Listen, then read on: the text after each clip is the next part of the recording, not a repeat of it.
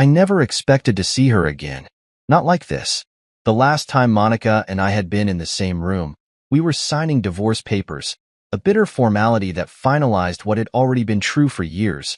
We were nothing to each other anymore. Our marriage had been over long before the ink dried, but seeing her now, laughing and carefree, felt like reopening a wound that I thought had already scarred over. I had only stopped by the restaurant for a quick dinner. Nothing fancy. Just a quiet meal to end the day before heading home to enjoy the solitude I had grown accustomed to. The air smelled of sizzling steak and garlic butter, and for a moment, I let myself settle into the comfort of an ordinary evening. But then, I heard them. I wasn't even facing their table, yet I recognized her voice immediately. Monica, the woman who had once vowed to love me forever, now sitting across from her new husband, Greg. I wasn't the type to eavesdrop, but they weren't exactly being discreet. No wife, no kids, no life. Greg's voice cut through the comfortable hum of the restaurant, his tone dripping with condescension. Laughter followed. Monica's laughter. Just a waste of space, she added, her voice carrying easily across the tables. I felt the room shrink around me, the weight of their words pressing against my chest like a slow, deliberate punch. Other patrons glanced in my direction, some subtly, others not bothering to hide their amusement. The world blurred for a split second, my body reacting faster than my mind. The familiar sting of humiliation creeping up my spine. The old me, the man I used to be when Monica and I were still together, would have lashed out. I would have turned, fists clenched, ready to fire back with words just as sharp, just as cruel. But that man was long gone, buried under the weight of lessons learned. I inhaled deeply, steadying my pulse. I picked up my glass of water, took a slow sip, and set it down with practiced calm. Then I did something they never expected. I smiled. Not a smirk, not a forced grin. A real, slow, knowing smile that made Greg's confidence waver for the briefest moment. Monica, sitting across from him, shifted in her seat, her amusement dimming just slightly. They wanted a reaction. They wanted to see me crumble. I wouldn't give them the satisfaction. Silently, I reached into my pocket, pulled out my wallet, and placed enough cash on the table to cover my meal. Then, without so much as a glance in their direction, I stood up and walked out of the restaurant. I could still hear their laughter behind me, but there was something different about it now. Forced. Hollow. They could keep their moment. Let them think they won. But life has a way of shifting power when you least expect it. 3 days later, my phone wouldn't stop ringing. At first, I ignored it. Why would I have any reason to pick up? I had no interest in hearing whatever nonsense Monica or Greg had to say. But when I checked my voicemail, the tone of their voices was no longer mocking. It was desperate. Monica's voice shook through the speaker. Please, we need to talk. Then Greg, sounding nothing like the arrogant man from the restaurant. Pick up, man. It's serious. More missed calls. More messages. Something had happened. And now? They needed me. I ignored their calls for as long as I could. At first, it was easy. I had spent years training myself to unlearn the habit of answering when Monica called, to stop checking for her messages, to erase the instinct of caring about what happened in her life. She had made her choices, and I had made mine. We had walked away from each other, and as far as I was concerned, that chapter was closed. But the calls didn't stop. I would wake up in the morning to find multiple missed calls, my voicemail stacked with desperate messages, their voices practically begging for my attention. Monica's tone was no longer the smug, confident one I had heard at the restaurant. It was frantic, uneasy. Please, we need to talk. At first, I deleted the messages without listening to them fully. But when the calls kept coming, when Greg, who had sneered at me just days ago, started leaving messages too, curiosity began gnawing at me. Greg, always the arrogant one, sounded different now. His usual bravado was gone, replaced with something I had never expected from him. Fear. Man, pick up. It's serious. We need to talk. I sat with my phone in my hand, debating my next move. I had no obligation to them. Whatever had happened was their problem, and part of me relished the idea of ignoring them the way they had dismissed me. They had humiliated me in public, treating me like I was nothing, and now, just days later. They suddenly needed my help? Still, the sheer volume of their calls made me wonder. What could possibly have happened in such a short time to make Greg swallow his pride and reach out to me? Eventually, I picked up when Monica called again. Hello? I answered, my voice calm, detached. There was silence for a moment, then a sharp inhale. Thank God, she breathed. You answered. She sounded nothing like the woman from the restaurant. This Monica was shaken, panicked. What do you want? I asked flatly. Please, we need to meet. It's urgent. I didn't respond right away. I wanted to hear her squirm a little, to let her feel the weight of being the one asking for something. Why? I finally asked. She hesitated. I could hear the sound of Greg's voice in the background, low and urgent, like he was whispering instructions. Our business, she started, then stopped, like she didn't know how to explain. I could hear the tension in her breath, the way her words trembled. This was not a woman calling to boast or gloat. This was someone in real trouble. Our business is in trouble, she finally admitted. Serious trouble. I leaned back in my chair, adjusting the phone against my ear. And she exhaled, as if frustrated by my lack of reaction. We need help, she said. I smirked, though she couldn't see it. And you think I can help? Silence. Then Greg's voice cut in, louder now. Look, man, we're in deep, and you're involved whether you like it or not. I frowned. Excuse me? Monica took the phone back. We need to explain in person. I considered hanging up. Part of me wanted to. They deserved to stew in whatever mess they had gotten themselves into. But Greg's words stuck with me. You're involved whether you like it or not. I sighed. Fine. Where? They named a small cafe on the other side of town, far enough away that it seemed like they didn't want to be seen meeting with me. That only made me more curious.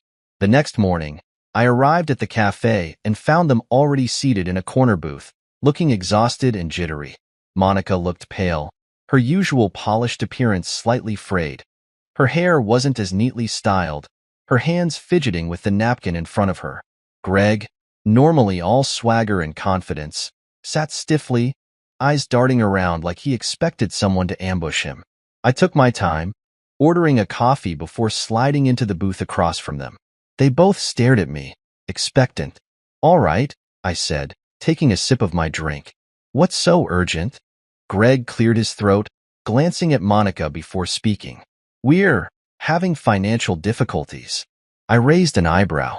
Is that supposed to mean something to me? Monica swallowed hard. It's bad. The business, she hesitated, gripping the napkin tighter. We're on the brink of collapse. I tilted my head. I thought Greg was some financial genius. Greg tensed at the sarcasm, but he didn't have the energy to argue. Instead, he leaned forward, his voice low. There's more, he said. It's not just the business. It's the loans. Something in his tone made me pause. What loans? I asked, a slow unease creeping up my spine. Monica bit her lip, her eyes filled with something dangerously close to guilt. She inhaled shakily before saying, You were listed as a co-signer. The words didn't register immediately. I blinked. What? Monica looked away. On some of our loans. A strange ringing filled my ears, the kind that comes when your brain refuses to process something shocking. I never co-signed anything, I said slowly. She winced. The ringing grew louder. What are you saying? I demanded. Greg shifted uncomfortably. Look, man, it's... I turned to Monica, my stomach twisting. Tell me exactly what you mean. She took a deep breath. There are multiple loans. Hundreds of thousands of dollars. And they all have your name on them. My pulse skyrocketed. That's impossible. I never signed anything. Greg exhaled sharply, avoiding my eyes. Yeah, well, it clicked. I straightened, my entire body going ice cold. You forged my signature, I whispered. Neither of them denied it. The cafe suddenly felt suffocating. My breath came in short bursts, my hands curling into fists. How much? I asked, my voice dangerously quiet. Monica hesitated. How much? I snapped. Her voice was barely a whisper. Over 400,000. I let out a slow, humorless laugh. $400,000. In my name. I leaned back, exhaling sharply. Greg cleared his throat. Look, man, it's not as bad as it sounds. If you just help us out. I raised a hand, cutting him off. Let me get this straight, I said, my voice deadly calm. You both humiliated me in public, laughed at me, called me a waste of space. And now, after stealing my identity and dragging my name into your mess, you expect me to help? Neither of them spoke. I shook my head, gripping my coffee cup so tightly it might have shattered. Unbelievable, I muttered. I stood up, pushing my chair back with slow deliberation. Monica reached for my arm. Please, if you don't help, we're finished. I pulled away. You already are. Then I walked out, leaving them sitting in their own ruin. They had stolen from me. Now, it was time to make them pay. I didn't go home right away. After storming out of the cafe, my hands were still shaking, my mind racing through every possible explanation, every desperate attempt to convince myself that what I just heard wasn't real. But the truth was clear. Monica and Greg had forged my signature. They had stolen my identity, my credit, and my name to fund their failing business and lavish lifestyle. $400,000. The number echoed in my head like a death sentence. I climbed into my car and gripped the steering wheel so tightly that my knuckles turned white. I forced myself to take deep, measured breaths, trying to slow my pounding heart. The fury I felt was unlike anything I had ever experienced. This wasn't just betrayal. This was a crime. I needed answers. I needed proof. And most of all, I needed to know exactly how deep this mess went. So instead of going home, I drove straight to my lawyer's office. Mr. Coleman had been my attorney for years. He was the kind of man who never panicked, never showed emotion, and always knew the best course of action. When I barged into his office without an appointment, his secretary barely had time to react before I was already inside, pacing in front of his desk. He adjusted his glasses and leaned back in his chair. This must be serious, he said, eyeing me carefully. I dropped into the seat across from him, exhaling sharply. It's beyond serious. I need you to check something for me. He nodded. Go on. I rubbed a hand over my face before meeting his gaze. I think my ex-wife and her husband forged my signature on a series of loans. I need you to find out if that's true. His expression didn't change, but I saw the sharpness in his eyes. How much are we talking? I clenched my jaw. 400,000. For the first time, Mr. Coleman looked surprised. He straightened in his seat. That's a significant amount. No kidding. I sighed. They told me outright, but I need hard proof. He grabbed a legal pad and started making notes. Did they say which financial institutions? I recounted everything Monica had told me at the cafe, my voice growing angrier with each detail. When I finished, he nodded and picked up his phone. I'll make some calls, he said. Give me a few hours. I nodded, pushing to my feet. I'll wait. Go home. Get some rest, he suggested. I gave him a sharp look. I'm not going anywhere until I know exactly how deep this goes. Mr. Coleman didn't argue. He simply nodded and got to work. 3 hours later, he had my answer. And it was worse than I imagined. I sat across from him as he laid out the evidence. Loan documents, bank records, everything tied to my name, but without my consent. My signature had been forged on multiple contracts, and the loans had been secured over the past 2 years. 2 years. That meant Monica and Greg had been stealing from me even before I ran into them at the restaurant. They had been siphoning money, taking out loans under my name, and counting on the fact that I would never check. I felt physically sick. They're screwed, Mr. Coleman said simply, and they know it. That's why they reached out to you. I clenched my fists. How bad is it for me? He exhaled. Right now, the bank sees you as the responsible party. Legally, those debts are tied to your name. I gritted my teeth. But it's fraud. Exactly. He leaned forward. And that's what we'll prove. I let out a breath, trying to process everything. What's our next step? First, we freeze any accounts tied to your name that could be used for further fraud.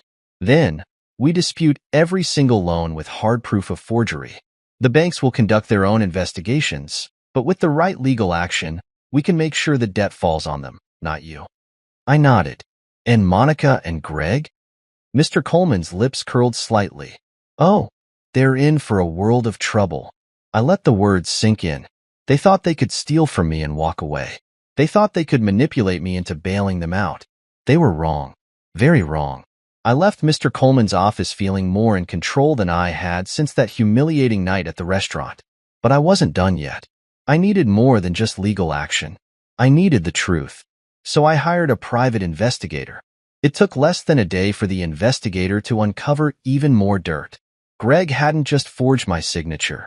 He had been embezzling money from their own business, shifting funds around, creating fake expenses, and covering it up with forged paperwork. And Monica knew. That was the part that made my stomach twist. She wasn't an innocent bystander in this. She had signed off on multiple fraudulent deals. She had enabled it. Had she ever loved me? Or had I just been a stepping stone in her game of lies? The more I learned, the angrier I became. I had spent years blaming myself for our marriage failing, wondering if I had been the problem. But now, I saw the truth. She had always been this way, and I had been too blind to see it. The next morning, my phone rang. It was Monica. I let it go to voicemail.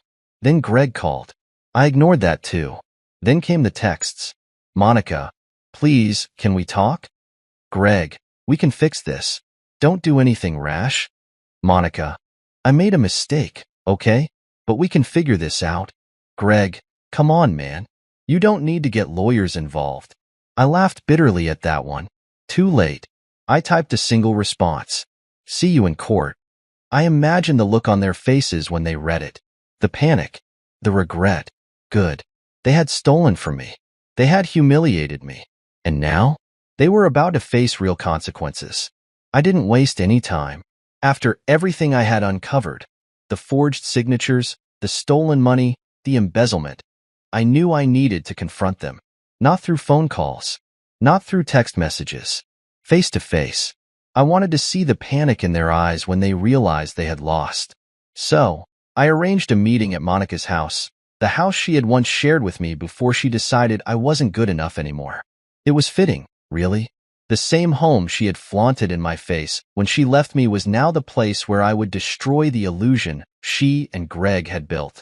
When I pulled up to the driveway, I took a deep breath and steadied myself. Stay calm. Stay in control. I wasn't here to argue. I was here to end this. Monica opened the door, her face tight with anxiety. You came, she said, almost breathless. I stepped inside without acknowledging her, my eyes scanning the house. It looked different now, less put together, as if stress had drained the life out of it.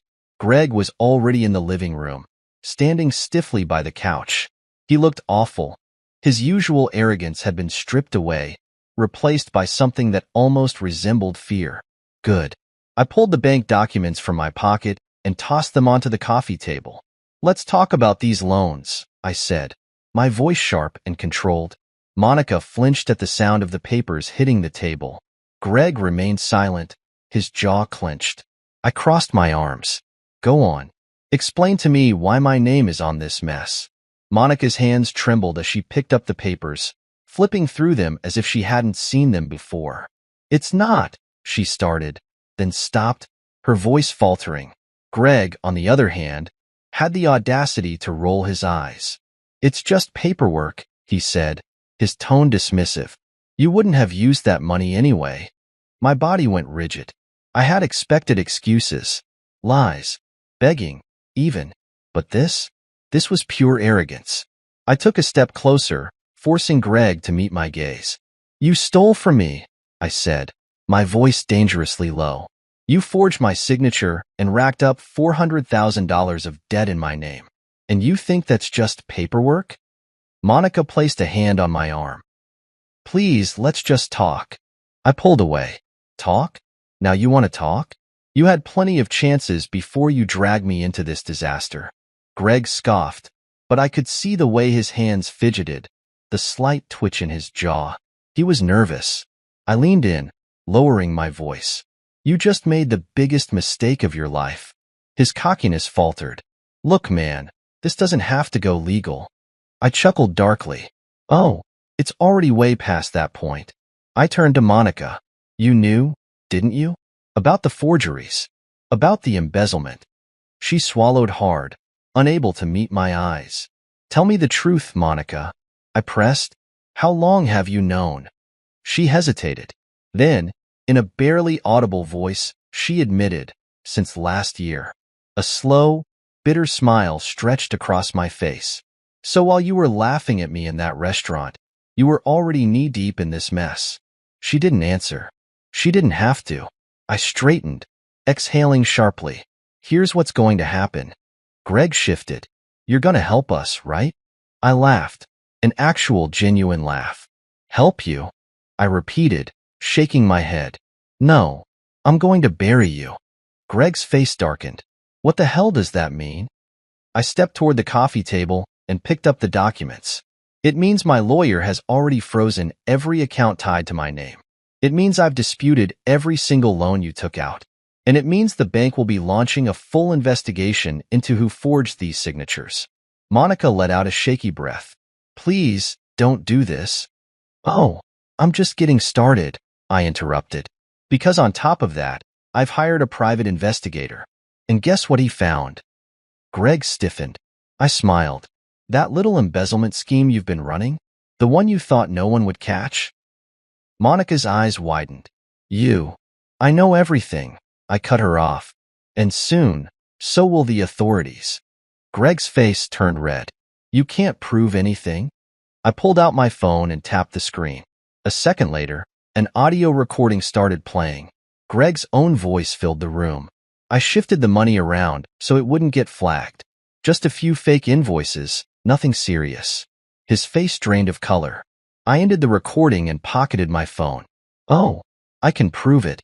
Silence filled the room. Monica looked at Greg, realization dawning on her face. You lied to me, she whispered. Greg glared at her. You're no saint either, Monica. I watched them unravel, their trust in each other crumbling right before my eyes. Finally, Greg turned to me. What do you want? He asked through clenched teeth. I smirked. Justice. Monica let out a strangled sound. This will ruin us. I met her gaze. You ruined yourselves. She reached for my hand, tears forming in her eyes. I made a mistake. I pulled away. No. A mistake is spilling coffee on someone's shirt. A mistake is forgetting an anniversary. What you did was calculated. Her lip trembled. Please. I took a slow step back. I don't have any more sympathy left for you, Monica. You lost at the moment you signed my name on those papers. Greg, now visibly sweating, ran a hand through his hair.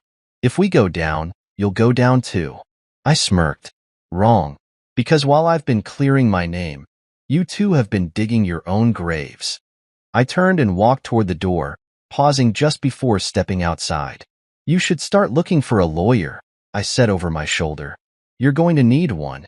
And with that, I walked out, leaving them to face the destruction they had created. They thought they could get away with it. They thought I would just roll over and take it. They were about to learn just how wrong they were. I drove home with a storm brewing inside me.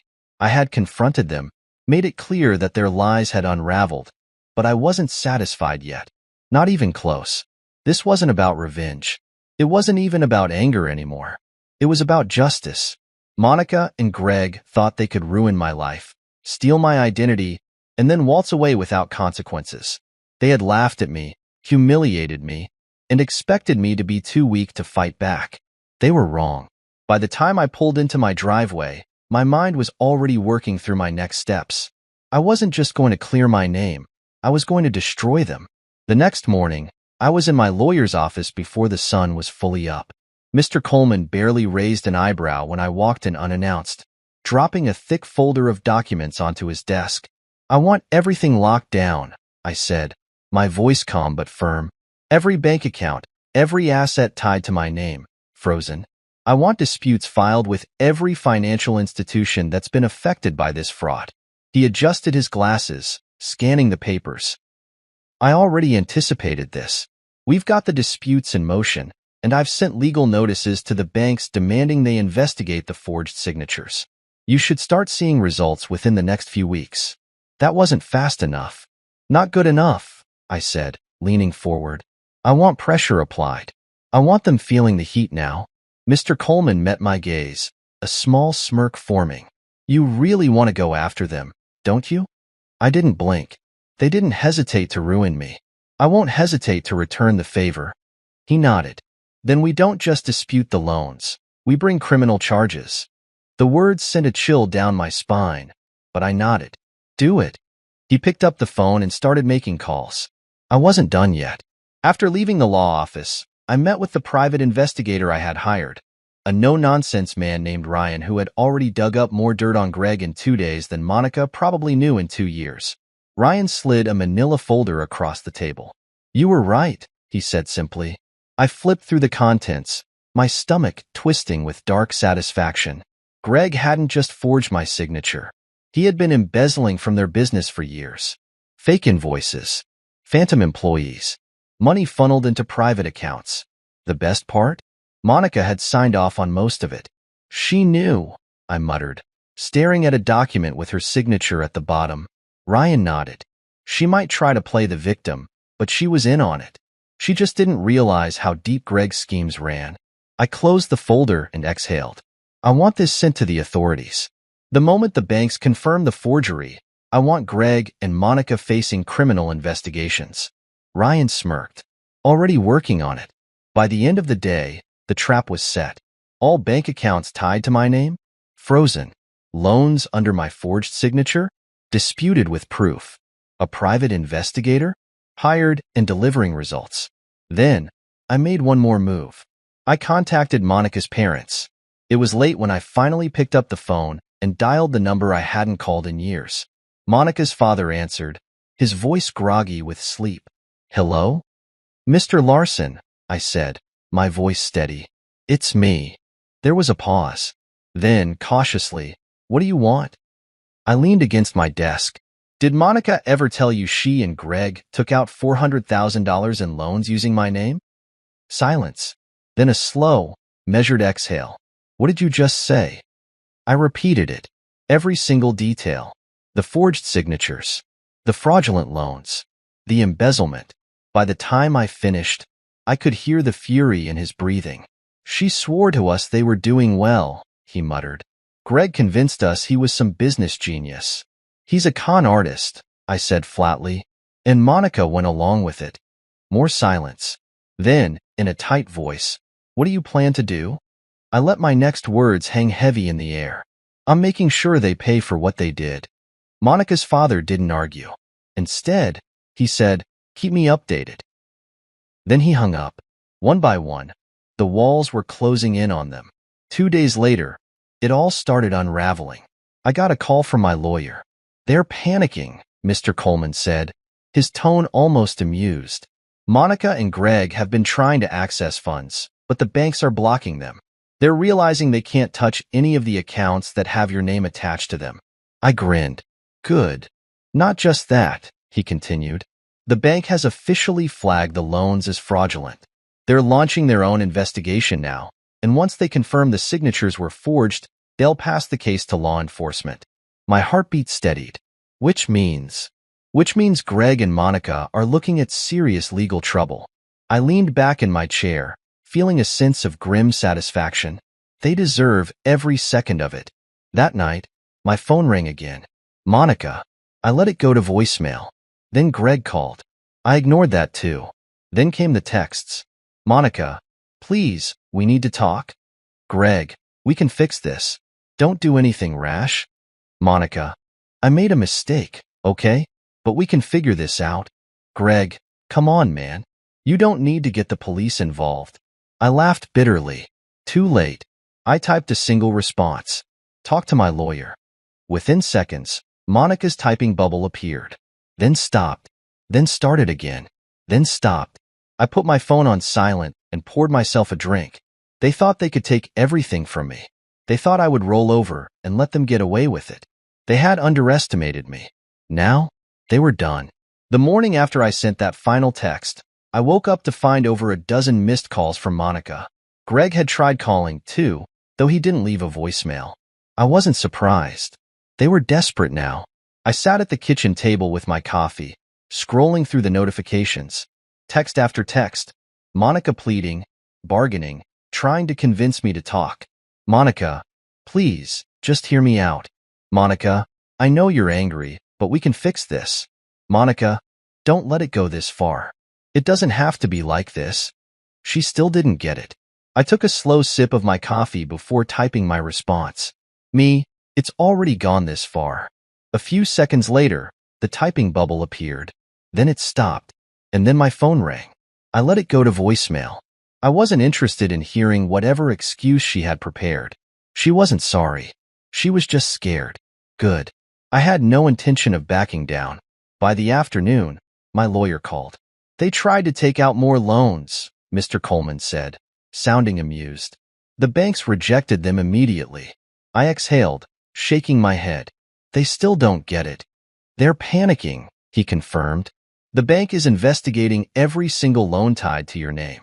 The fraud claims have been escalated, and Monica and Greg's accounts are officially frozen.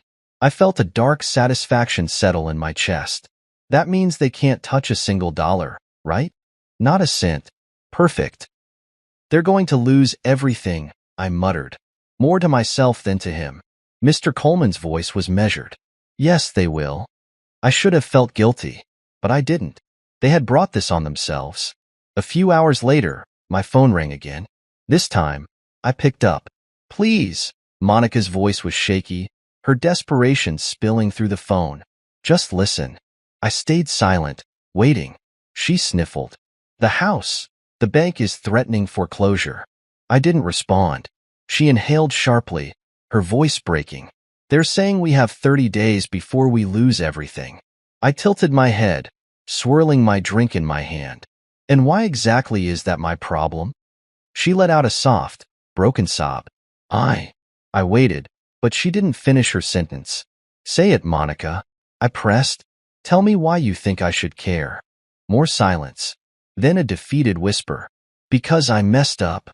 I closed my eyes, letting her words settle. She messed up.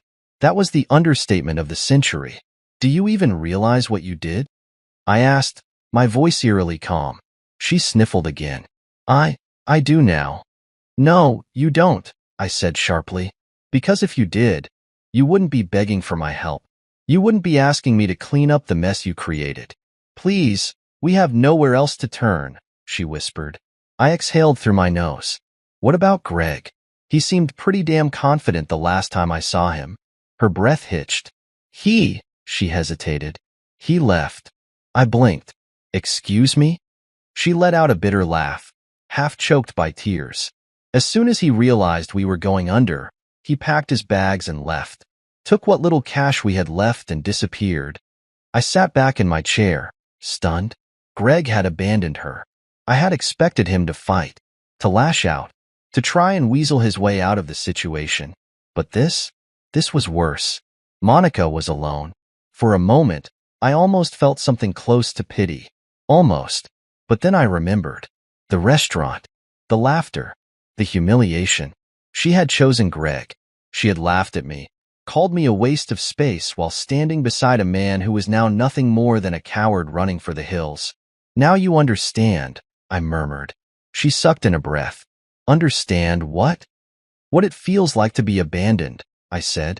To have everything you built taken away. To be humiliated. She let out a shaky exhale. You did this to yourself, Monica. Her breath hitched again. Goodbye. Then I hung up.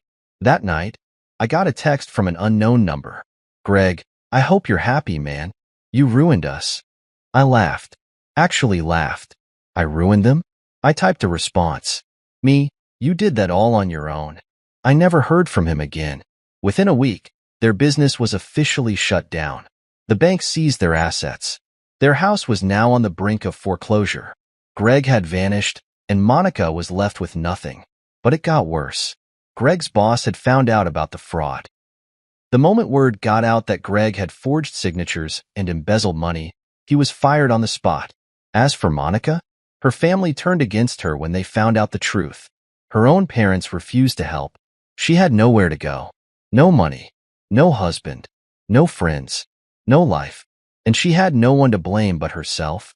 A few days later, I got one final voicemail from her. Please, she whispered, her voice barely audible. We have nothing left. Help me. I listened to the message twice. Then, with a slow, satisfied smirk, I deleted it. No reply. No second chances. She was officially nothing to me. She had laughed at my pain. And now? She was living in hers. Karma had finally done its job. The moment I deleted Monica's voicemail, I knew one thing for certain. This wasn't just about clearing my name anymore. This was about ending them completely. Monica and Greg had spent years scheming, lying, and stealing. They had humiliated me, stolen from me, and expected to walk away unscathed. Now, I had the power, and I intended to use it. The next morning, I met with Mr. Coleman. He had been keeping a close eye on the case, monitoring the bank's investigation and handling every legal move I threw his way. Now, with Monica and Greg officially drowning, it was time for the final nail in their coffin. They're finished, Mr. Coleman said, sipping his coffee as he leaned back in his chair. Monica can't access her accounts, Greg is off the grid, and the banks are gearing up to press charges. I nodded. That's not enough. He raised an eyebrow. Oh, I want to make sure they don't recover from this, I said calmly. I want the fraud charges to stick. I want Monica to feel the consequences of her choices for the rest of her life. And as for Greg? I smirked. I want to make sure he never scams anyone again. Mr. Coleman grinned. You're enjoying this, aren't you? I didn't answer right away. I wasn't a cruel person. I wasn't doing this for fun. But after everything they had done to me, after years of deception, after the public humiliation, they deserved every bit of this. So, I simply said, they did this to themselves. Mr. Coleman nodded. All right, let's talk about the final moves. Step 1. The criminal charges. The bank had already launched a fraud investigation, but Mr. Coleman suggested we apply more pressure. We'll be filing formal charges against Greg and Monica, he explained. Forgery, fraud, identity theft. The works. I tapped my fingers against the desk. What kind of sentence are we looking at? If convicted? He smirked. They could be looking at years behind bars. I exhaled, my chest tightening with satisfaction. Do it. Step 2. The family betrayal. I had already contacted Monica's father before, but now it was time to deliver the final blow. I sent him everything. All the bank documents, the proof of forgery, the fraud reports, the evidence that Monica had signed off on the embezzlement. His response was instant. Mr. Larson, she swore she had nothing to do with this. I can't believe it. Me, she lied to you, just like she lied to me. A long pause. Then, Mr. Larson, she's on her own. It was done. Her own family had turned against her. Monica had officially lost everyone. Step 3. The public exposure. Monica and Greg had built their entire life on deception, manipulating people into believing they were successful, that they were better than everyone else. Time to shatter that illusion. A few days later, a local reporter reached out to me. I heard about the fraud case, he said. Would you be willing to share your side of the story? I didn't even hesitate. I handed him every document I had. 2 days later, the headline hit the news. Local couple exposed in $400,000 fraud scandal. Investigation underway. The article detailed everything. The forged signatures, the embezzlement, the lawsuits, the impending criminal charges. Monica and Greg were now publicly ruined. Their neighbors whispered behind their backs. Their former friends cut ties. No one wanted to be associated with them anymore. They had gone from social climbers to cautionary tales. Step 4. The ultimate betrayal. Greg had been quiet for days. Too quiet. Then, out of nowhere, he called me. I almost didn't answer, but curiosity got the better of me. I picked up. Hello? A long silence. Then, you win. I blinked, caught off guard by how defeated he sounded. Excuse me? I said, leaning back in my chair. You win, Greg repeated. I don't know what else to do. I smirked. You could always turn yourself in. He let out a bitter laugh. Yeah, right? I waited. Then he said something that surprised me. I'll make a deal. I raised an eyebrow. A deal? I'll testify against Monica, he said. I'll give the police everything. Proof of the fraud, the embezzlement, all of it. Just help me out of this. I nearly laughed. Greg was selling out Monica to save himself. I should have seen it coming. The moment things got too messy, he did what he always did, ran. I exhaled, pretending to think about it. And why should I trust you? Because, he said quietly, I have proof that Monica was the one who came up with the idea to forge your signature. My breath hitched. Greg had evidence? This was better than I could have hoped for. I smiled. Send me the proof. Then we'll talk. A minute later, my phone buzzed with an email. I opened it. Attached were emails, text messages, and even a voice recording of Monica discussing the forged loans. She had orchestrated it. Greg was guilty, but Monica had been the mastermind. I let out a slow, victorious breath. This was it. The final piece. I emailed everything to Mr. Coleman. His response was immediate. Mr. Coleman, with this, Monica won't just lose everything. She could face serious prison time. I stared at the message for a moment before replying. Make sure she does. The aftermath. By the end of the week, Monica was officially under investigation. Greg, desperate to save himself, turned witness and cut a deal. With his testimony and the evidence I had, Monica was facing a long, uphill legal battle. Her family wouldn't help her. Her friends had abandoned her. And Greg? He had thrown her under the bus. She had nothing left. Meanwhile, I walked away from the entire disaster untouched. My name was cleared. My finances were secure. And best of all, I had watched Monica and Greg destroy themselves, brick by brick. They had built their life on lies. Now, they had no life at all. I stood in my living room, sipping my drink, as the news played on the TV. Monica's mugshot flashed across the screen. Arrest warrant issued for woman involved in fraud case. I exhaled slowly. It was over. I wasn't a waste of space. I wasn't the loser they had mocked.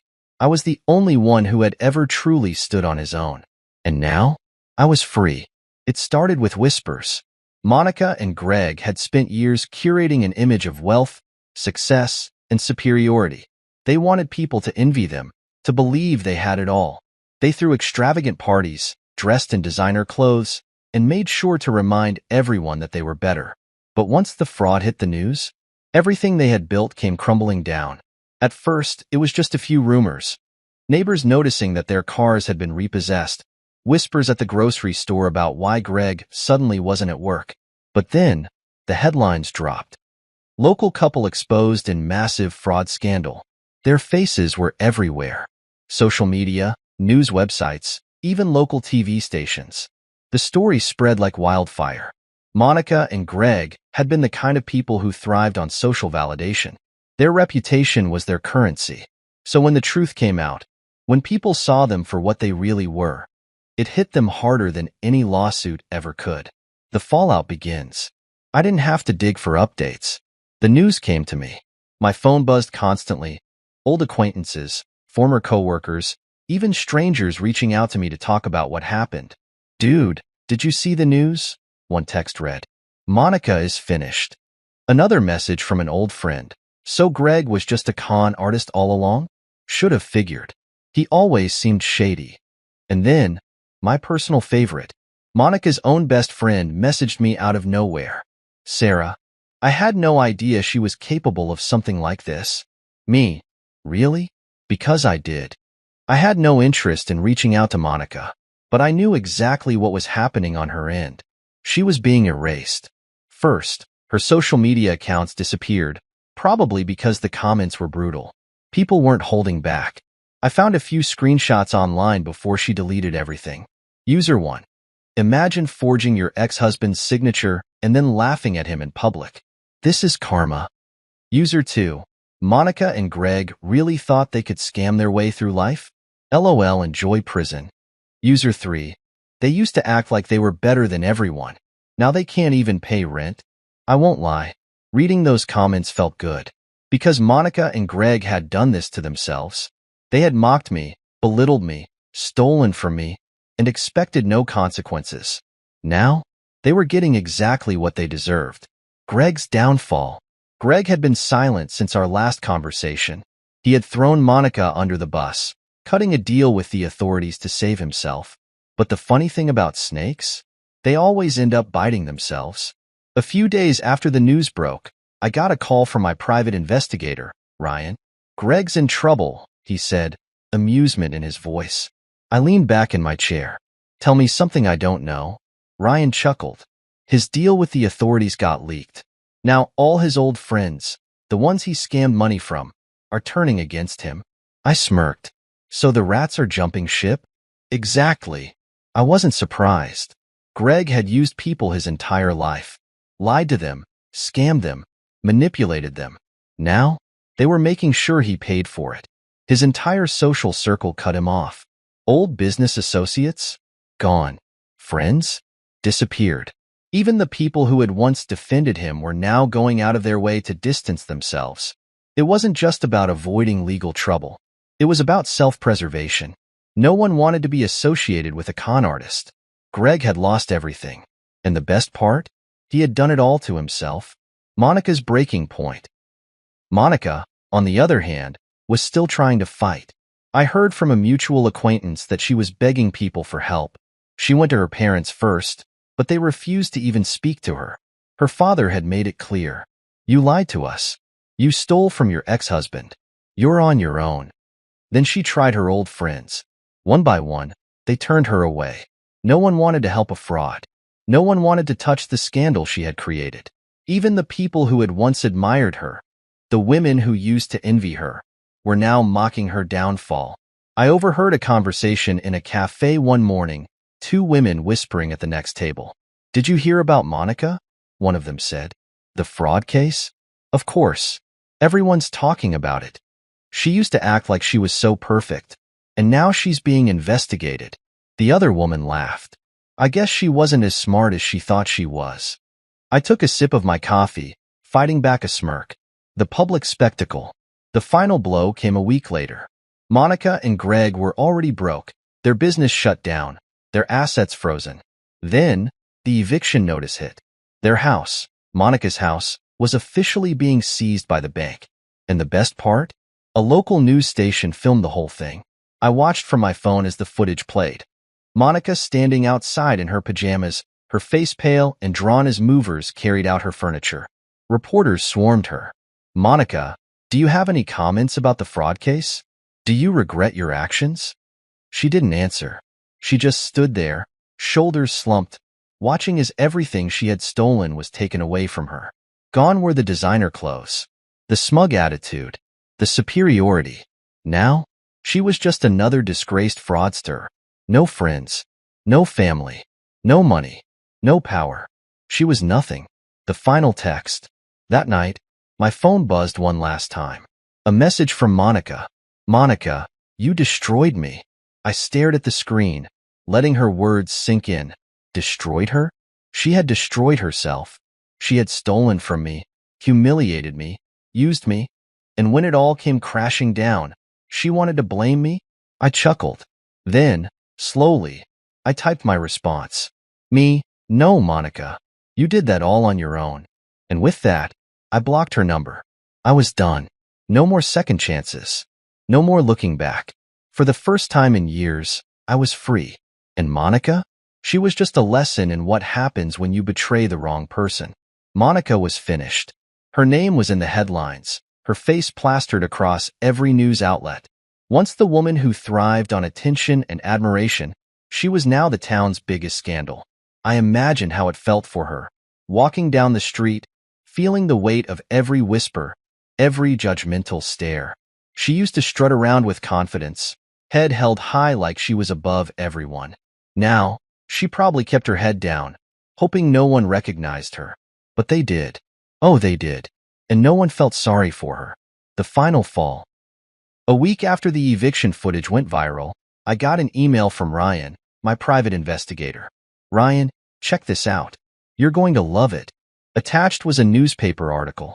Former businesswoman Monica Larson reportedly living with relatives after fraud scandal. I leaned back in my chair, reading every word with slow satisfaction. Monica was officially broke.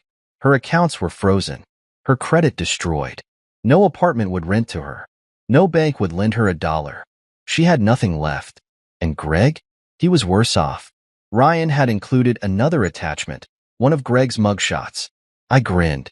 Turns out, Greg's plea deal fell through. He had agreed to testify against Monica, but the authorities weren't done with him either. His embezzlement had gone deeper than anyone expected. More victims came forward. More businesses revealed missing funds. His deal? Revoked. And now?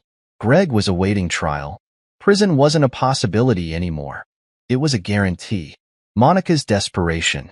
I knew Monica was out of options when I received one last voicemail. I shouldn't have listened to it. I should have just deleted it like the others.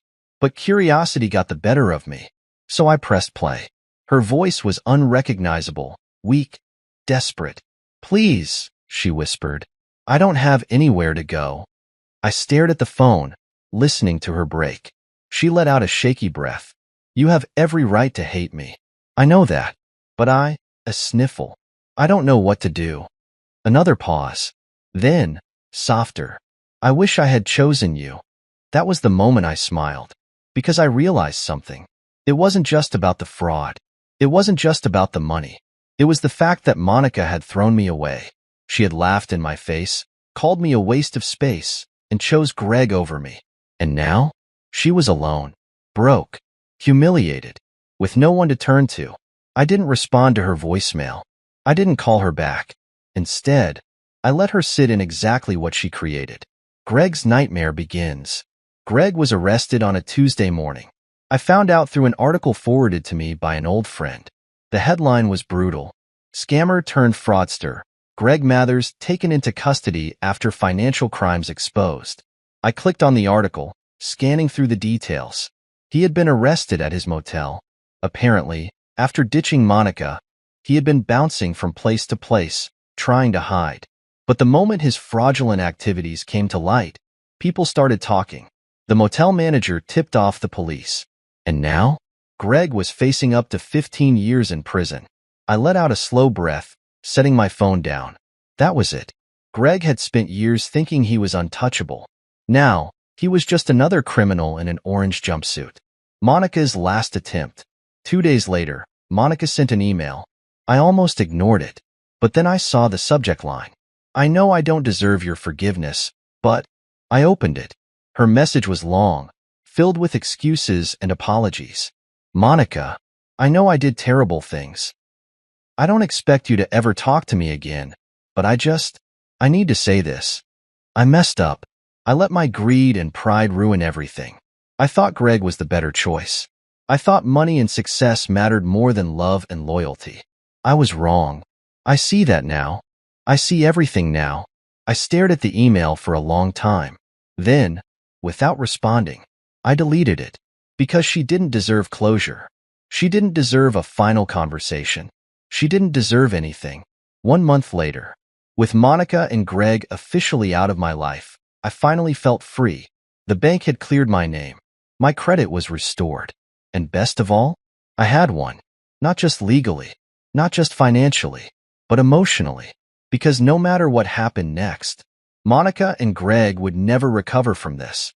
They had spent years looking down on me. Now, they were beneath me. No house, no money, no friends, no life. And as for me, I was finally moving forward. I wasn't a waste of space. I was the only one who had ever truly stood on his own. And for the first time in a long time, I felt at peace. The storm had passed. For the first time in what felt like forever, I woke up without tension coiled in my chest. No lawsuits hanging over my head. No fraudulent loans threatening to ruin me. No Monica or Greg lurking in the shadows, waiting to drag me down again. I was free. But freedom wasn't just about winning. It was about starting over. And that's exactly what I planned to do. Letting go of the past.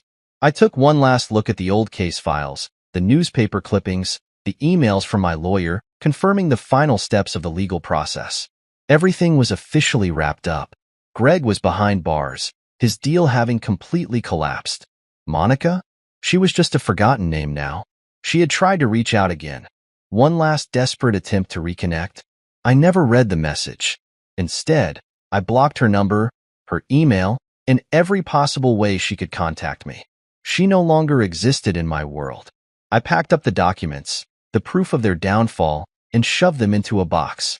Then, I drove to the nearest dumpster and threw it all away. They had stolen enough of my time. They weren't getting another second. A fresh start. I decided it was time to move. The house I had lived in for years held too many memories, both good and bad. I needed something new, something that didn't remind me of Monica's laughter echoing down the hallways or the nights I spent agonizing over everything I'd lost. So, I sold it. Just like that. The real estate agent was surprised at how quickly I made my decision, but I didn't hesitate.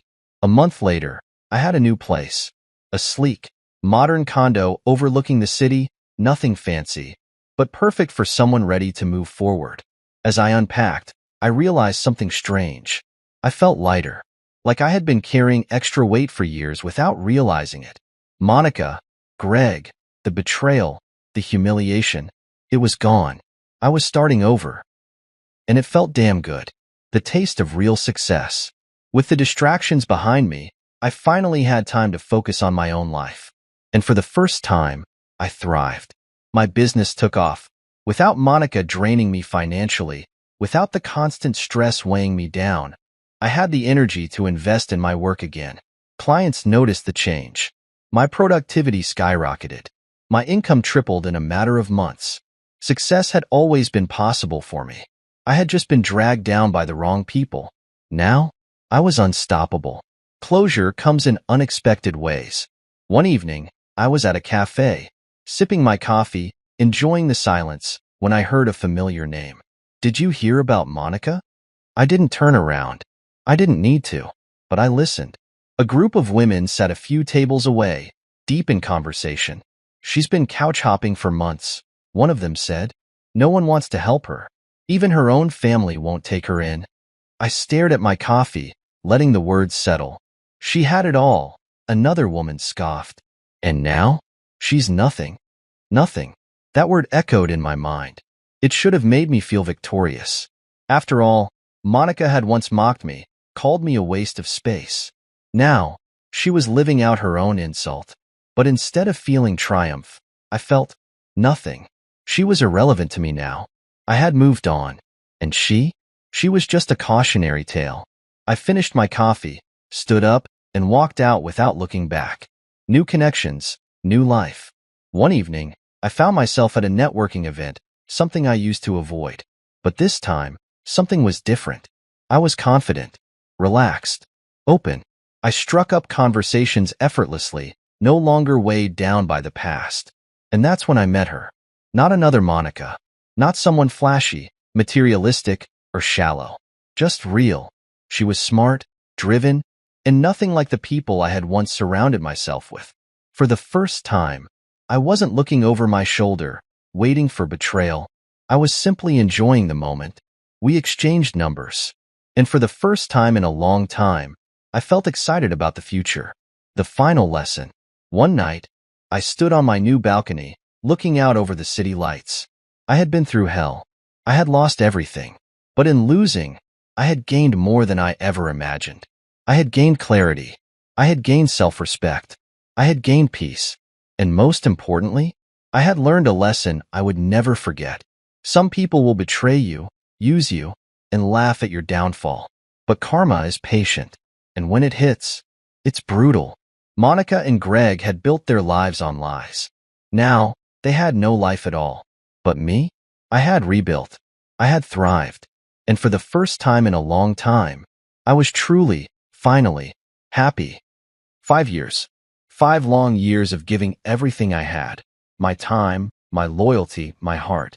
To a woman who didn't deserve a single second of it. I stood there in our living room, staring at the table I'd set up for our anniversary dinner. The candles were ready to be lit. The steak was marinating in the kitchen, and I'd even picked up that fancy wine she always said she loved. I wanted tonight to be perfect for Camille, to remind her of what we'd built together. But as the clock ticked past 8, my phone buzzed with her text. Stuck at work. I'll make it up to you, I promise. I read it over and over, my thumb hovering above the screen. Work? On a Friday night? On our 5th anniversary? It didn't add up. Something twisted in my gut, a feeling I'd been ignoring for months. I didn't want to believe it, but I'd heard the whispers, seen the late nights she couldn't explain. So, I grabbed my keys, drove to her office, and found the parking lot empty. No lights, no cars, no Camille. That's when I knew. She wasn't stuck at work, she was out with him. Some kid, barely old enough to drink, probably sitting across from her at some overpriced French restaurant, laughing over candlelight while I stood here like a fool. I could picture it, her tossing her hair back, sipping wine I paid for, thinking she'd gotten away with it. My chest burned, but I didn't call her. I didn't scream or curse. Instead, I typed back 2 words, no worry. Then I turned off my phone, went upstairs, and started packing. Not just a suitcase, everything. My clothes, my books, my favorite coffee mug. I loaded it all into my truck and drove to the mansion I'd kept secret from her, the one I'd bought last year when I first suspected she was slipping away. It wasn't just a house, it was my escape plan. As I pulled into the driveway, the weight of those 5 years started lifting off my shoulders. She thought she could play me, celebrate her little affair while I waited at home like some loyal dog. But she didn't know me at all. I unlocked the mansion door, stepped inside, and let the silence wrap around me. The place was huge, marble floors, high ceilings, a view of the city lights twinkling below. I dropped my bags in the foyer and walked to the bar, pouring myself a whiskey. The first sip burned, but it steadied me. I wasn't the one who should be worried tonight. Camille had no idea what was coming. She thought she had me wrapped around her finger, that I'd forgive her lies like I always did. Not this time. I set the glass down and looked out the window, the city sprawling beneath me. 5 years of sacrifices, and for what? For her to throw it away on some kid who couldn't even spell commitment. I wasn't going to let her win. I'd spent too long building my life, my business, my world, to let her drag me down with her cheap games. That night, while she was out giggling with her lover, I made a promise to myself. She'd regret this. Not because I'd yell or fight or beg her to come back. No, that wasn't my style. She'd regret it because I was done playing her fool. I took another sip of whiskey, feeling the warmth spread through me. The mansion felt alive, like it was welcoming me to a new chapter. I walked upstairs, found the master bedroom, and threw myself onto the bed. It was bigger than the one we'd shared, and it was mine alone. No more waiting up for her, no more excuses. I closed my eyes, letting the quiet settle in. Tomorrow, she'd come home to an empty house and realize what she'd lost. But tonight, I was free. And that freedom tasted better than any anniversary dinner ever could. The morning sun streamed through the mansion's tall windows, painting the marble floors with streaks of gold. I woke up in that big bed, alone, and for the first time in years, it didn't feel wrong. I stretched, my muscles stiff from hauling boxes last night, and checked my phone. It was off, had been since I sent that no-worry text to Camille. I powered it on, and the screen lit up with notifications. Missed calls, voicemails, texts, all from her. I didn't read them yet. I just sat there, staring at the blinking alerts, knowing she'd come home to an empty house and lost her mind. Good. Let her stew in it. I got up, made coffee in the gleaming kitchen, and leaned against the counter, sipping it black. The bitterness matched my mood. 5 years of marriage, and she thought she could sneak around, lie to my face, and I'd just take it. Not anymore. I opened her texts finally, scrolling through the mess of excuses and panic. Where are you? Why aren't you answering? I got home, and your stuff is gone. What's going on? I smirked. She sounded desperate, like a kid caught with her hand in the cookie jar. She probably thought I'd stormed off in a huff, that I'd come crawling back after a night to cool off. She didn't know I was already 10 steps ahead. I set the phone down and walked to the closet I'd started filling last night. My suits hung neatly, my watches lined up on the shelf, everything I needed to keep going. Camille didn't get it yet, but she wasn't just losing me. She was losing everything I'd given her. The house, the money, the life she loved showing off to her friends. It was all tied to me, and I was cutting the strings. Around noon, my assistant called. She's here, he said, his voice low. Stormed into the office, yelling about where you are. Security had to escort her out. I chuckled, picturing her in that tight skirt she always wore, stomping through my company like she owned the place. Let her yell, I told him. I'm not there. I hung up and poured another coffee. I wasn't at the office because I didn't need to be. I'd been planning this for months, quietly shifting things around, making sure I could walk away clean. She thought she could have her little fling and still keep me as her safety net, the guy who paid the bills while she played house with some punk. She was wrong. I headed to my home office, a room with dark wood walls and a desk bigger than our old dining table. I fired up my laptop and checked the accounts. The joint ones were already drained. Money moved to my private accounts weeks ago. The house she slept in last night, title in my name only, thanks to some paperwork she never bothered to read. I'd been careful, methodical, waiting for the right moment. Last night was it. Her anniversary work excuse was the final straw, and now she was scrambling. I leaned back in my chair, the leather creaking under me. Her panic was delicious, like a reward for all the nights I'd lain awake, wondering if I was crazy to suspect her. I wasn't crazy. I was right. And now she'd feel it. I didn't answer her texts or calls. Let her think I was gone. Let her imagination run wild. She'd probably try the office again, maybe drive to my parents' place or call my friends. She'd find nothing. I was a ghost to her now, and that was the plan. I stood up, walked to the window, and looked out at the sprawling lawn. This mansion was my fortress, my fresh start. Camille thought she could keep me on a leash, but I'd slipped it months ago. I'd spent too long building my life, my company, my wealth, to let her tear it down with her lies. The phone buzzed again. Another text. Please, just talk to me. I didn't reply. I didn't need to. She'd figure it out soon enough when the credit card stopped working and the locks on her house changed. I smiled, sipping my coffee. The storm was just beginning, and I was ready to watch it hit her full force. I sat in my office at the mansion, the late afternoon light filtering through the blinds, casting long shadows across the desk. Camille's affair wasn't some big shock that hit me last night. It had been gnawing at me for 6 months. 6 months of knowing, watching, waiting. I'd first caught wind of it when she started coming home later, her excuses flimsier each time. Client dinner, she'd say, or traffic was bad. But her perfume smelled different, sharper, like she'd layered it on to cover something or someone. Then there were the phone calls she'd take in the other room, her voice dropping to a whisper. I'm not stupid. I knew something was off, but I didn't confront her. Not yet. I wanted proof, and I wanted a plan. So, I hired a guy, a private investigator named Tony, to follow her. Quietly, no fuss. He tailed her for weeks, snapping photos, tracking her moves. The first time I saw the pictures, my stomach twisted. There she was, my wife, laughing outside some cafe with this kid, Jeremy. Barely 20, all smirks and cheap swagger, like he thought he'd won the lottery by stealing a rich man's wife. Camille looked at him like he was her whole world, her hand brushing his arm. I stared at those photos for hours, the anger building slow and steady. But I didn't explode. I stayed calm, kept my head.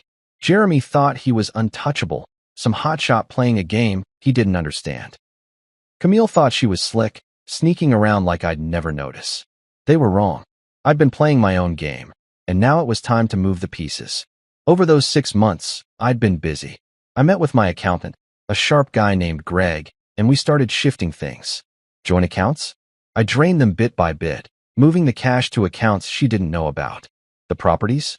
I'd always kept most in my name, but the house she loved so much, our marital home, I made sure the title was mine alone. She'd signed papers years ago without reading them, too busy dreaming of her perfect life to care. I liquidated stocks, sold off a few small investments, all under the radar. By the time our anniversary rolled around, I was ready to walk away with everything that mattered. That morning, after she'd stormed my company looking for me, I got a text from Tony. She's freaking out. Tried her card at a spa, declined. I laughed out loud, picturing her standing there, face red, fumbling with that shiny black credit card she loved flashing around. She'd probably called the bank already, yelling about some mistake. There was no mistake. I'd frozen the accounts she still had access to, cut her off clean. Reality was hitting her now, and I could almost taste her confusion. I leaned back in my chair, spinning a pen between my fingers. She'd thought she could keep her little side game going forever, Jeremy on one hand, me footing the bill on the other. But I wasn't her ATM anymore. I stood up, walked to the safe in the corner, and pulled out a folder. Inside were the photos, the bank statements, the property deeds, everything I'd need when she came at me. Because she would. Camille wasn't the type to just slink away quietly. She'd fight, claw, try to take what she thought was hers. Let her try. I locked the safe and poured myself a glass of water, the coolness steadying me. I'd spent half a year building this trap, and she'd walked right into it. Jeremy, too. He'd learned soon enough that his prize wasn't worth much without my money propping her up. I paced the room, the hardwood creaking under my shoes. The house she woke up in today? She'd find out it wasn't hers when the locks changed tomorrow. The car she drove? Already scheduled for repossession. Every piece of her perfect little world was crumbling, and I'd made sure she couldn't stop it. I stopped by the window, looking out at the city below. 6 months ago, I'd been hurt, blindsided by her betrayal. Now I felt strong. She'd underestimated me, thought I was too soft to fight back. But I'd been watching, waiting, and now the game was mine. She'd feel it soon, every declined card, every locked door. And I'd be here, in my mansion, watching it all fall apart. The sun had dipped below the horizon when I heard the tires screech outside my mansion. I'd been expecting her. Camille wasn't the type to let a day of panic go by without a fight. I was in my office, a glass of whiskey in hand, papers spread across the desk for my latest business deal. The doorbell rang, sharp and insistent, followed by pounding on the door. "Open up. I know you're in there." Her voice was shrill, cutting through the quiet night. I took a slow sip, letting her stew out there for a minute. She'd driven all the way here, probably after finding my office empty and my phone still silent. Good. Let her feel the weight of it. I set the glass down, straightened my shirt, and walked to the foyer. The pounding got louder, her shouts more frantic. "Where the hell are you? Why are you ignoring me?" I turned the lock and swung the door open, leaning against the frame with my arms crossed. She stood there, her face flushed red, hair wild like she'd been pulling at it. Her eyes locked on mine, wide with fury and something else. Fear, maybe. "What the hell is this?" she spat, stepping forward like she owned the place. I didn't move, just watched her. She waved her phone in my face, the screen glowing with some bank alert. "My card got declined today, 3 times. What did you do?" I let her rant, her voice echoing off the marble walls. She went on about the spa, the humiliation, how she'd had to borrow cash from a friend. I waited until she ran out of steam, her chest heaving. Then I stepped aside and walked back into the house. "You coming in, or you just gonna yell at the doorstep?" I called over my shoulder. She stormed after me, heels clicking loud on the floor. I led her to the living room, where the city lights sparkled through the massive windows. I poured myself another drink, not offering her one. She stood there, hands on her hips, glaring. "Explain this," she demanded. I turned to face her, calm as ever, and took a sip. "You didn't think I'd let you humiliate me forever, did you?" Her mouth opened, then closed, like she wasn't sure what to say. I set the glass down and stepped closer, keeping my voice steady. "You've been running around with that kid, Jeremy, right? Thinking I wouldn't notice. Thinking you could keep living off me while you played your little games." Her face went pale, the color draining fast. "You knew?" she whispered, her bravado crumbling. I laughed, a short, hard sound that made her flinch. "Of course I knew. I've known for months. I just needed time to make sure when I left, you'd have nothing." She stared at me, her lips trembling. For a second, I thought she might scream again, but instead, she lunged forward, grabbing my arm. "Please, we can fix this," she said, her voice softening, eyes welling up with tears. "I messed up, okay? I'm sorry. Let's talk about it." I looked down at her hand, her nails digging into my sleeve, and felt nothing. No pity, no pull. Those tears were fake. She'd used them before, whenever she wanted to smooth things over. Not this time. I pulled my arm free and stepped back. "Talk. You've been talking plenty to him." Her hands dropped to her sides, and she started pacing, muttering about how it wasn't serious, how she'd end it. I watched her, sipping my drink, letting her spin her lies. She thought she could charm her way out of this, like always. But I'd seen the photos, heard the excuses. I was done. "You need to leave," I said, cutting her off mid-sentence. She froze, staring at me like I'd slapped her. "What? You heard me. Get out." She blinked. Then her face twisted back into anger. "This isn't over," she hissed, pointing at me. "You can't just throw me away like this." I smiled, cold and steady. "Watch me." She stood there, breathing hard, then spun around and stormed out, slamming the door so hard the walls shook. I walked to the window, watching her car peel out of the driveway. She thought she could still fight me, But she didn't know how far I'd gone. The accounts, the house, the life she loved, it was all mine now. I finished my whiskey, the burn settling deep. She'd come back, probably with more tears or threats. Let her try. I was ready. The next few days were quiet, too quiet, like the calm before a storm. I knew Camille wasn't done, not by a long shot. She'd always thought she was entitled to half of everything, like my hard work, my business, my sacrifices were somehow hers to claim. She'd built nothing, contributed nothing, but in her mind, she was the queen of our world. Wrong. I sat in my office at the mansion, the morning lights spilling across the desk, and pulled out the prenup agreement. I'd had it drawn up before we married, back when I still thought she loved me. She'd signed it without a second glance, too busy planning her dream wedding to care about the fine print. Now, that document was my shield. It laid out clear as day. Infidelity meant she got nothing, no alimony, no assets, no stake in my company. I'd made sure of it, and my lawyer, a pit bull named Richard, had tightened every clause. I leaned back in my chair, sipping coffee, and pictured her face when she realized how airtight it was. She'd probably already called some cut-rate lawyer, thinking she could fight me, drag me through court, take what she thought was hers. Let her try. The mansion she once called home? Not hers. Title in my name. Always had been. The company she loved bragging about, saying she supported me through the early years? Mine alone, built on my sweat and sleepless nights. The car she drove around like a trophy, that shiny red convertible? Repossessed yesterday, towed right out of the driveway while she screamed at the tow truck driver. I'd seen the video, my security guy sent it to me. Her perfect life was collapsing, piece by piece, and watching it happen was more satisfying than I'd ever imagined. I set the prenup down and checked my phone. A text from Tony, the private investigator. She's at a lawyer's office downtown. Looks cheap. I smirked. Good luck with that. She'd need more than a budget attorney to take me on.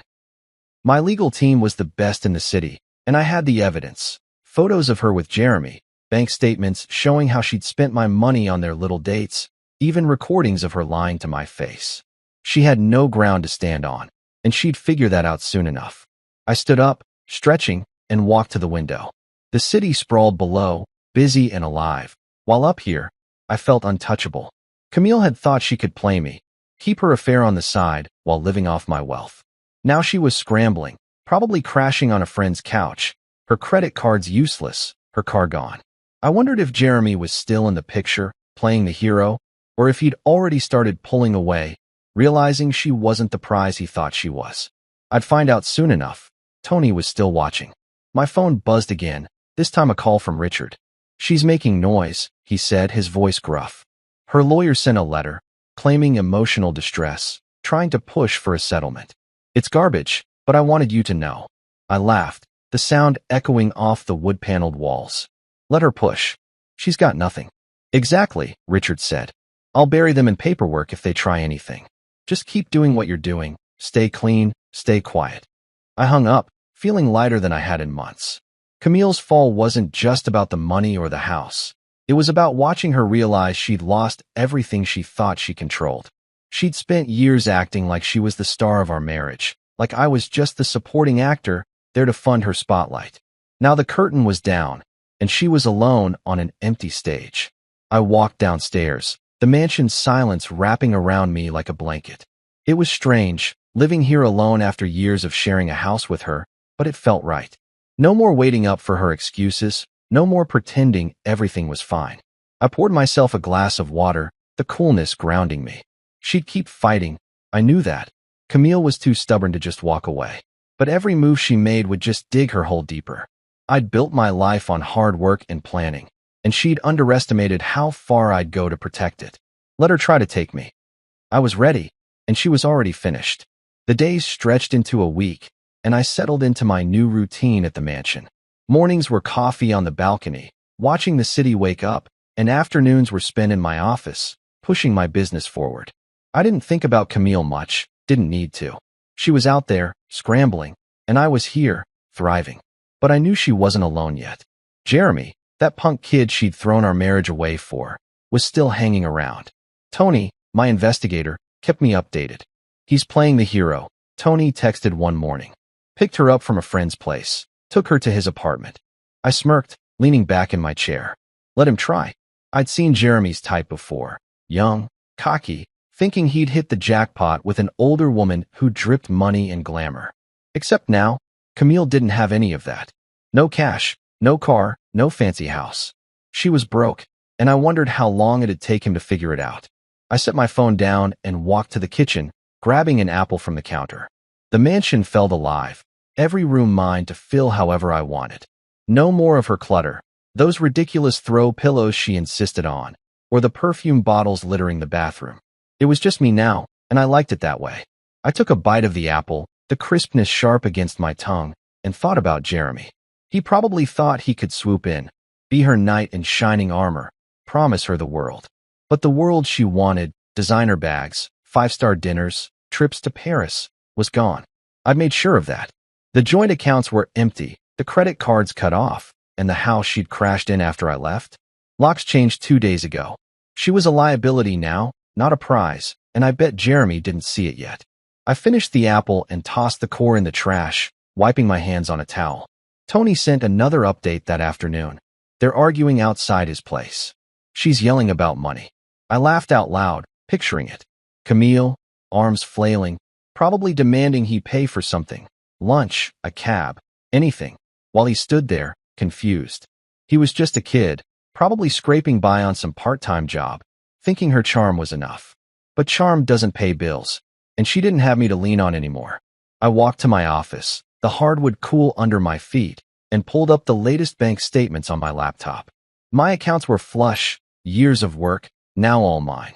She'd spent so much time flaunting my money, acting like it was hers, and now she had nothing. I closed the laptop and leaned back, staring at the ceiling. Jeremy wouldn't stick around long.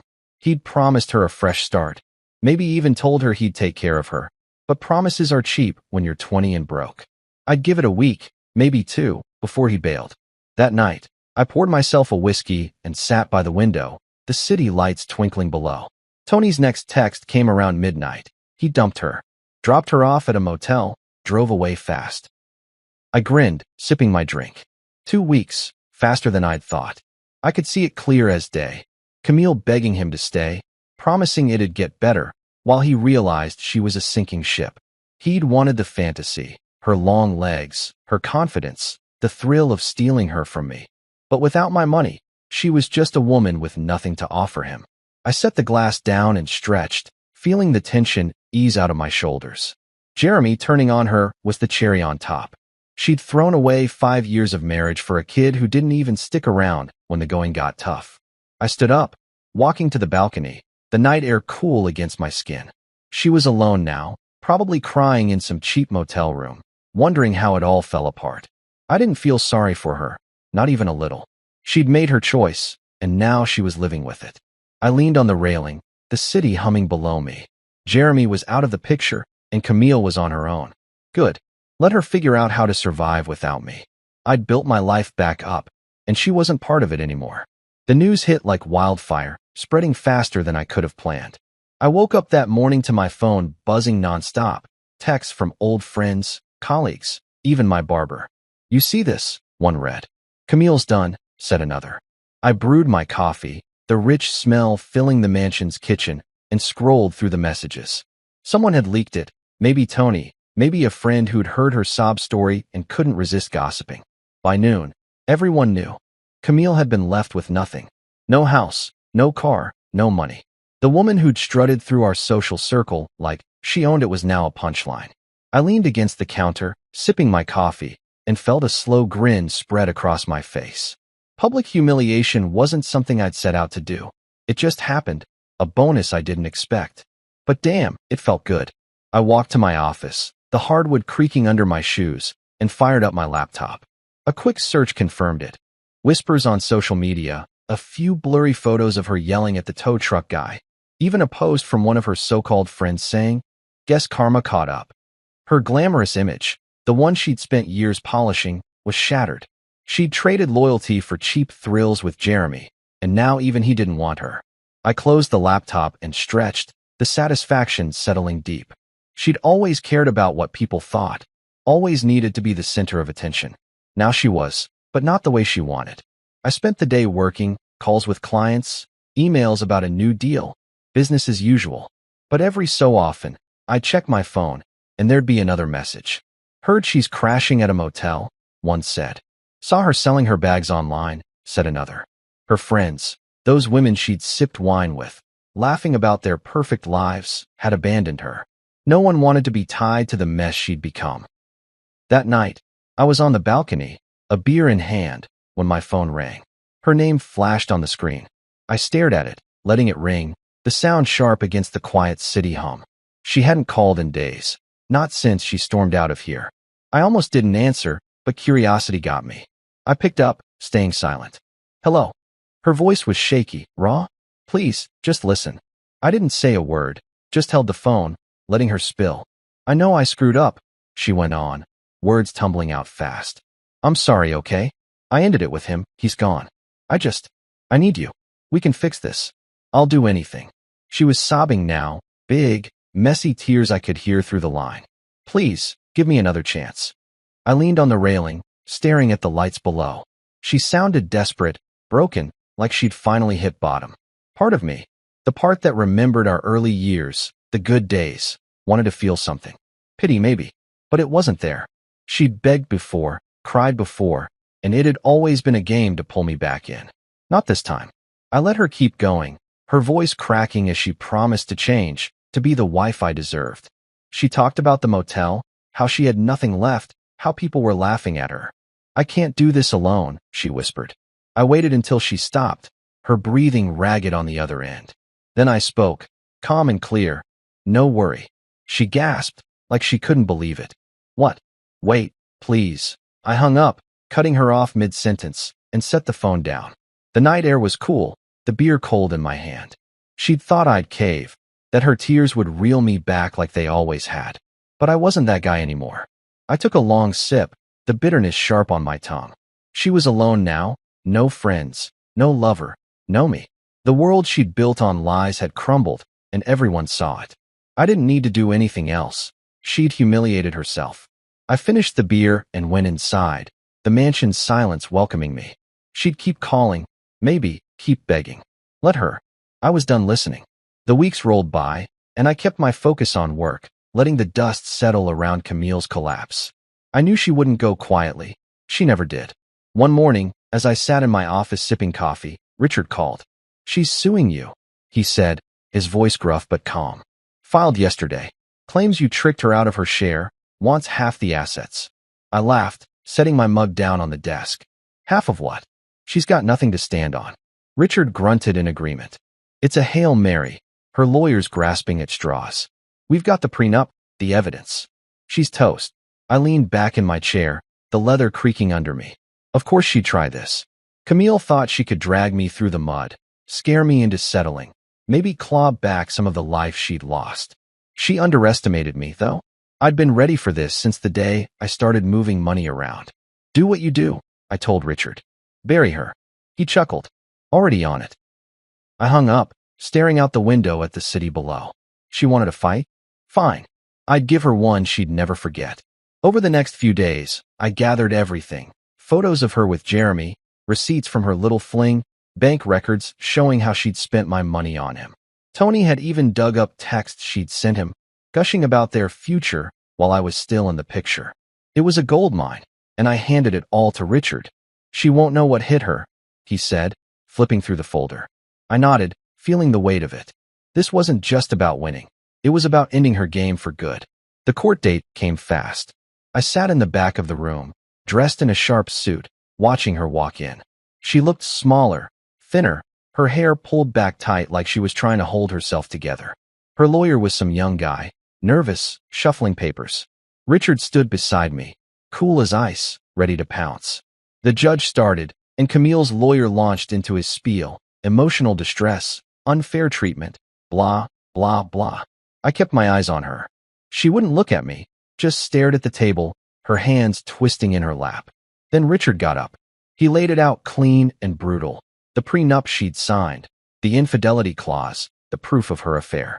He slid photos across the table, her and Jeremy at dinner, kissing in his car. The judge barely blinked, just nodded as Richard kept going. She violated the agreement, he said. She's entitled to nothing. Her lawyer stammered, trying to argue she'd been coerced into signing, but Richard shut him down with the original documents. Dated, notarized, airtight. I watched her face as it sank in. Her eyes darted to me, then away, fast, like she couldn't stand the heat. The judge didn't take long. Case dismissed, he said, banging the gavel. But Richard wasn't done. Your Honor, we're requesting legal fees be covered by the plaintiff, given the frivolous nature of this suit. Camille's head snapped up, her mouth dropping open. Her lawyer whispered something, but she shook him off, glaring at me now. The judge agreed. Fees on her. I stood up, buttoning my jacket, and walked out without a word. She lost it then, yelling after me. You can't do this. I didn't turn around. Security ushered her out as I hit the courthouse steps, the sun warm on my face. Richard caught up, clapping my shoulder. She's got nothing left to throw at you. I nodded, breathing deep. She thought she could take me down, smear me in court, but I played this too smart. The evidence, the prenup, my team, it was all too much. Now she wasn't just broke. She owed me money. I drove back to the mansion, the city blurring past. She'd gambled and lost, and I'd made sure it cost her. That night, I poured a whiskey and sat by the window, the lights twinkling below. The final blow wasn't just winning. It was watching her realize she'd never beat me. She was stuck now, no cash, no leverage, just regret. I sipped my drink, the burn steadying me. It was over, and I'd come out on top. Life after the lawsuit felt lighter, like I'd shed a weight I didn't even know I was carrying. I threw myself into work, pushing my company harder than ever. New deals, new clients, new cities. The mansion became my base, a place where I could breathe, think, build. Camille was gone from my mind most days. Just a shadow that popped up now and then when someone mentioned her name. I didn't need to check on her anymore. Tony stopped tailing her after the court loss, and I told him to let it go. She wasn't my problem now. I traveled a lot that spring, flying to meetings in London, then Tokyo, then back stateside for a big investor event in New York. It was there, at a sleek hotel ballroom packed with suits and champagne, that I saw her again. I was mid-conversation with a guy from a tech firm, laughing about some market trend, when I caught a glimpse of her across the room. Camille. She wasn't a guest, though. No designer dress, no glass of bubbly in her hand. She was in a plain black skirt and white blouse, carrying a tray of coffee cups, weaving through the crowd like a ghost. My laugh faded, and the tech guy noticed, following my gaze. You know her? He asked. I shrugged, keeping it casual. Used to. He didn't push, and I turned back to him, picking up the conversation. But my eyes kept drifting to her. She looked tired, her hair pulled back in a tight bun, her movements quick but stiff, like she was trying not to be seen. She wasn't the Camille I'd known, the one who'd command a room, all confidence and charm. This was someone else, someone smaller. I watched her set the tray down at a table of investors, guys I recognized, men who'd once toasted her as my wife at dinners like this. Now they barely glanced at her, just grabbed their coffees and kept talking. She straightened up, smoothing her skirt, and then she saw me. Our eyes met across the room, and for a second, everything stopped. Her face froze, lips parting like she might say something, but she didn't. I held her stare, my expression blank, giving her nothing. She looked away first, turning fast, disappearing into the crowd. I took a sip of my drink, the ice clinking in the glass, and felt nothing. No anger, no smugness, just a quiet calm. The tech guy was still chatting, oblivious, and I nodded along, letting the moment pass. She was working here, fetching coffee for people who used to envy her. How the hell did she end up like this? Part of me wanted to know. Had she burned through her friends' couches, sold off the last of her jewelry, taken whatever job she could scrape up? But I didn't care enough to dig. She'd made her choices, and this was where they'd landed her. I finished my drink and excused myself, heading to the bar for another. The event buzzed around me. Laughter, deals being made, the clink of glasses. I leaned on the counter, waiting for my whiskey, when I saw her again, this time near the service door. She was stacking empty trays, her shoulders slumped, her hands moving slow. She didn't look up, didn't see me watching. I wondered if she'd recognized me earlier, if she'd felt the sting of it. Me in a tailored suit, her in a server's uniform. Probably, but it didn't matter. I didn't need revenge anymore. The prenup, the lawsuit, her losing Jeremy, it had all played out.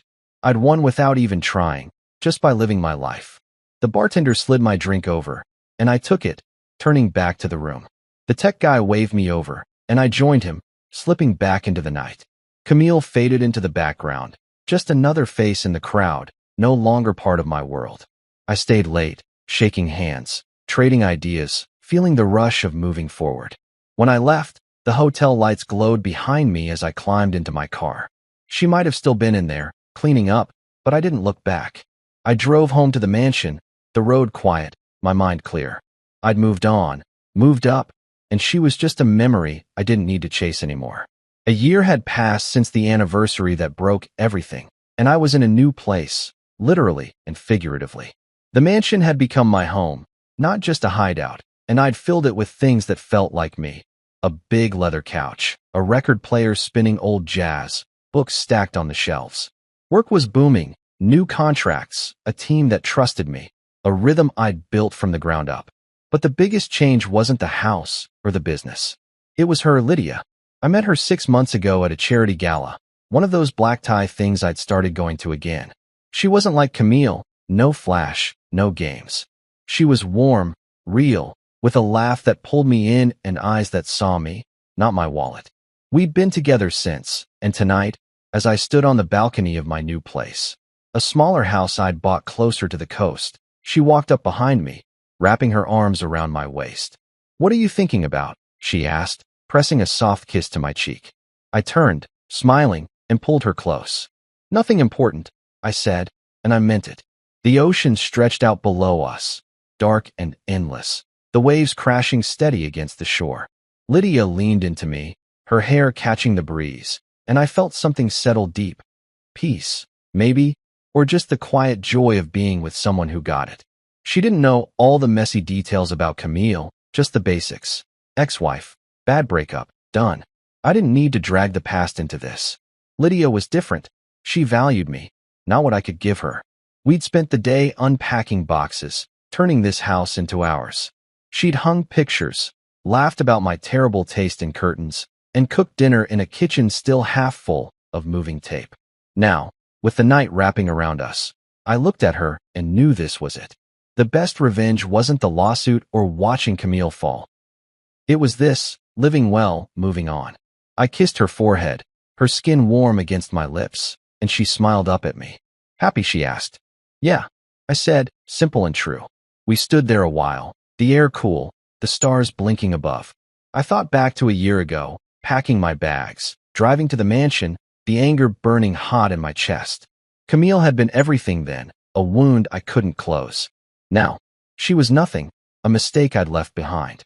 I didn't check on her anymore, didn't care where she was or what she was doing.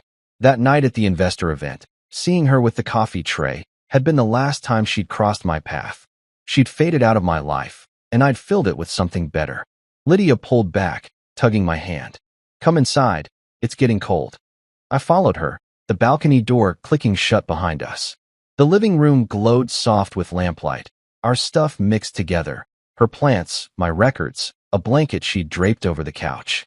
We sat there, her legs across mine, talking about nothing big. The beach tomorrow, a trip we might take. It was easy, natural, the kind of night I hadn't had in years. I leaned my head back, listening to her voice, the waves faint through the window. Camille used to fill my head with noise, lies, fights, excuses. Lydia filled it with quiet, with something real. I didn't need to prove anything anymore. The mansion, the money, the win in court. It had all been steps to get here, but this was the payoff. I looked at her, curled up beside me, and felt my chest loosen. She was my fiancée now, proposed last week on a whim, a ring I'd picked out because it felt like her. She'd said yes with that laugh I loved, and we'd celebrated with cheap wine and a dance in the kitchen. The past was gone, and I wasn't looking back. I pulled her closer, her warmth against me, and closed my eyes. Living well wasn't just revenge, it was freedom. And I had it now, all of it, with her. I was thousands of miles away, attending a business conference that had been planned for months. My schedule was packed with meetings, presentations, and networking dinners. It wasn't the kind of trip you enjoyed, but the kind you endured because it meant growth and opportunity. Little did I know, my world was about to shift in a way I couldn't have imagined. It was late evening in London when I finally got a chance to check my emails. Sitting in my hotel room, the glow of my laptop screen illuminated the otherwise dark space. Most of the messages were routine, updates from colleagues, reminders about deadlines, and spam offers for things I didn't need. But then, I saw it. An email from Emily, subject line, "Quick update." I didn't think much of it at first. Emily wasn't the type to send long emails or dramatic messages. She usually preferred quick texts or calls. I clicked it open casually, expecting maybe a grocery list or a reminder about an upcoming family dinner. Instead, what I read stopped me cold. "Hey, just wanted to let you know I sold the villa. It was the best way to clear up a little financial issue. You didn't need it anyway, right? Love, Emily." I stared at the screen, rereading the words, waiting for some part of the email to change or reveal itself as a bad joke. My villa, my seaside villa, the place I had poured my heart into, designing it to be a retreat, a sanctuary. The villa wasn't just a property, it was a part of me. I could almost hear the waves crashing against the shore, feel the sun warming the terrace, and smell the salty air that lingered in every corner of that house. And she sold it? Just like that? Her flippant tone added fuel to the fire. You didn't need it anyway, right? I gritted my teeth, trying to keep the rage at bay. The audacity of it. Emily had done many things over the years that annoyed me, but this was a betrayal of trust so profound it left me speechless. I closed the laptop, my mind racing. How could she sell something that wasn't hers? Legally, she couldn't. The villa was in my name. I had made sure of that. But the fact that she thought she could, that she felt entitled to do so, spoke volumes about the person she had become. I got up and paced the room, trying to calm the storm brewing inside me. There was no point in calling her right now. I knew what she'd say. She'd brush it off, make it seem like no big deal. Maybe she'd even blame me, claiming I was too focused on work or too obsessed with material things. No, I wasn't going to give her that satisfaction. Instead, I opened my laptop again and started gathering every document related to the villa. The deed, the purchase agreement, the insurance. I had everything organized. Years of running a business had taught me the importance of keeping meticulous records. If Emily thought she could pull this off without consequences, she was in for a rude awakening. I didn't just stop at gathering documents. I reached out to the real estate agent I'd worked with when I bought the villa. A quick email explaining the situation and asking for details on any recent transactions. Then, I contacted my lawyer, laying the groundwork for what I suspected would be a long and messy fight. By the time I was done, it was well past midnight, but I felt a strange sense of calm. Emily's betrayal had hurt me deeply, but it had also awakened something I hadn't felt in years: resolve. This wasn't just about the villa. It was about respect, boundaries, and the kind of person I wanted to be. For too long, I had overlooked the little signs, the entitled remarks, the secretive behavior, the way she always seemed to prioritize her needs over ours. But this was the last straw. I closed my laptop and sat back, staring at the ceiling. The villa wasn't just a house. It was a symbol of everything I had worked for, everything I had built. And I wasn't about to let anyone take that away from me. Not Emily, not her boyfriend, not anyone. Somewhere deep inside, I knew this moment was a turning point. The beginning of a new chapter, one where I stopped tolerating the intolerable. Emily thought she had me figured out. She thought I'd react like I always did, with patience, understanding, and maybe a bit of frustration. But this time, she was wrong. This time, I wasn't going to sit back and let her walk all over me. This time, I was going to fight. I didn't sleep that night. Not because I was angry. I'd moved past that into something far more productive: planning.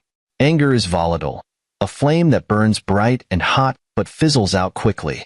No, I needed something sharper, something colder. I needed focus, and that's exactly what I had as I worked through the night.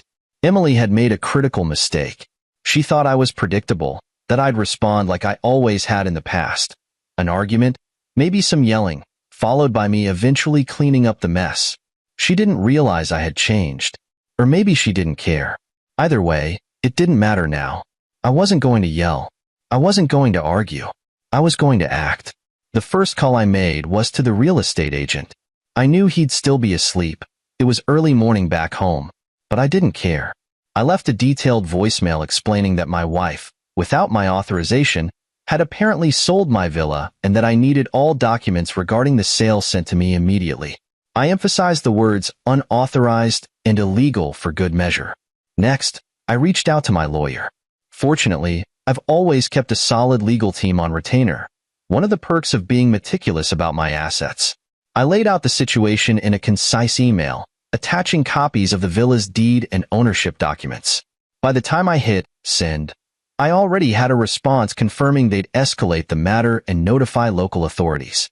That wasn't enough, though. I couldn't just rely on lawyers and agents to untangle this mess.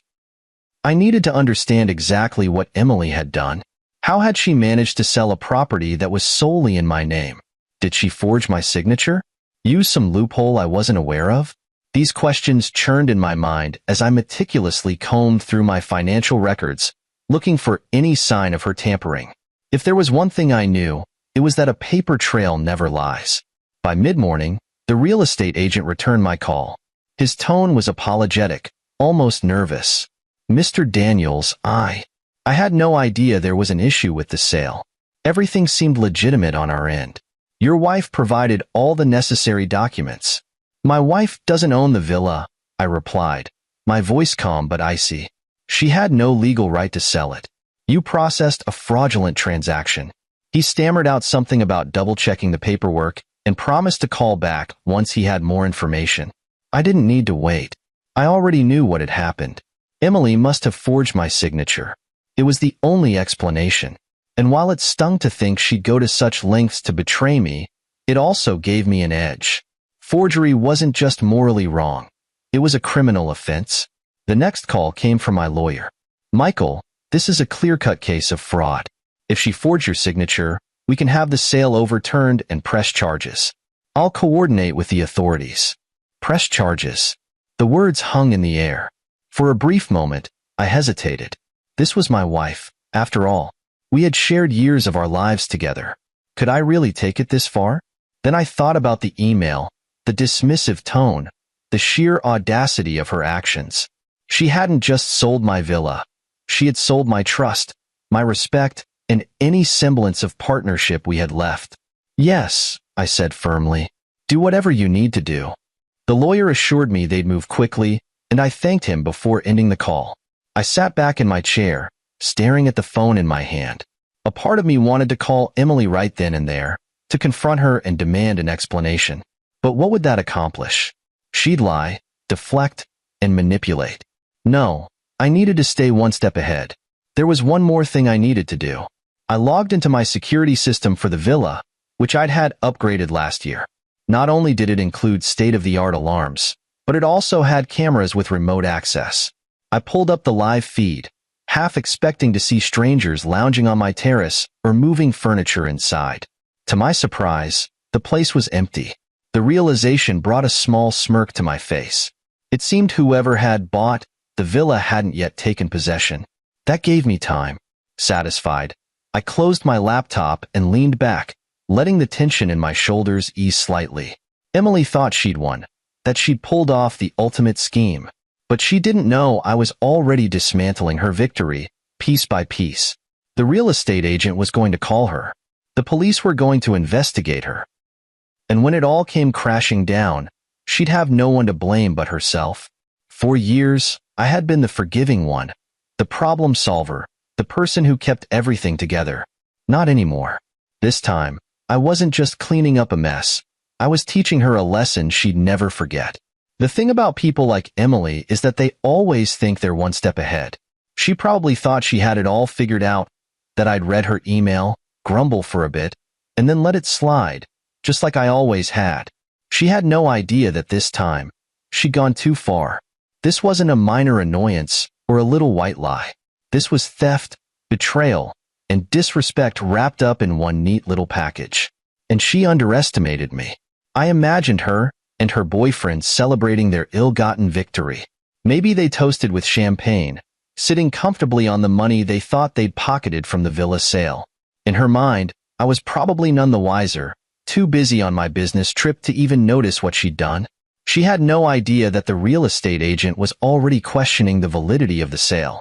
She didn't know the police were being looped in, and she certainly didn't know that I was quietly dismantling her little scheme with every email and phone call I made.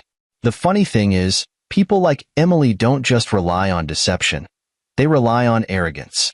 They believe their victims will stay passive, too shocked or too compliant to fight back. Emily's mistake was thinking I'd remain the man I had been for years, the man who always put her needs first, who let her get away with small betrayals because it was easier than dealing with the fallout. She thought I'd shrug this off like I'd shrugged off all the times she'd bent the truth or played me for a fool. But this wasn't a small betrayal.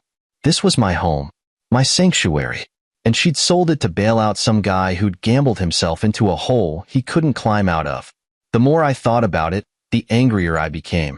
Not in the fiery, impulsive way, but in the cold, calculated way that makes every move deliberate and precise.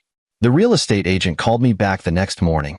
He'd found the sale documents and confirmed what I already suspected. My signature had been forged. "I'm sorry, Mr. Daniels," he said, his voice nervous. I had no idea. Everything seemed legitimate at the time. I didn't respond right away, letting the silence stretch just long enough to make him uncomfortable. Then I said, "I understand mistakes happen, but this isn't just a mistake. This is fraud, and you'll be cooperating fully with my lawyer and the police to make this right."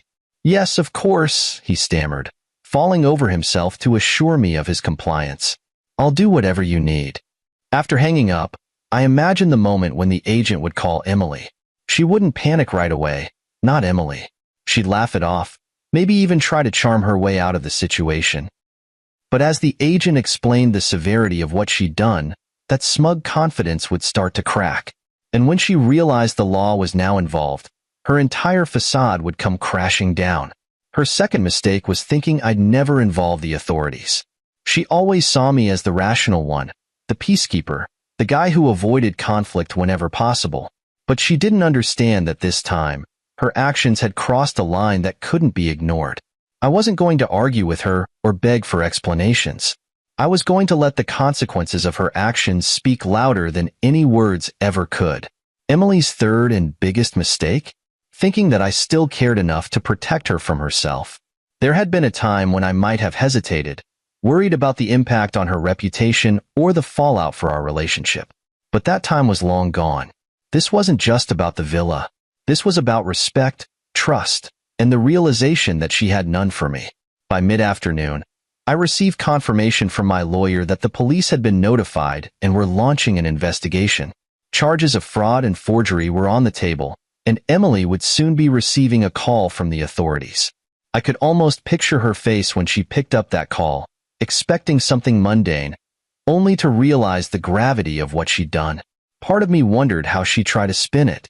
Would she blame her boyfriend, claiming he pressured her into it? Would she cry and beg for sympathy?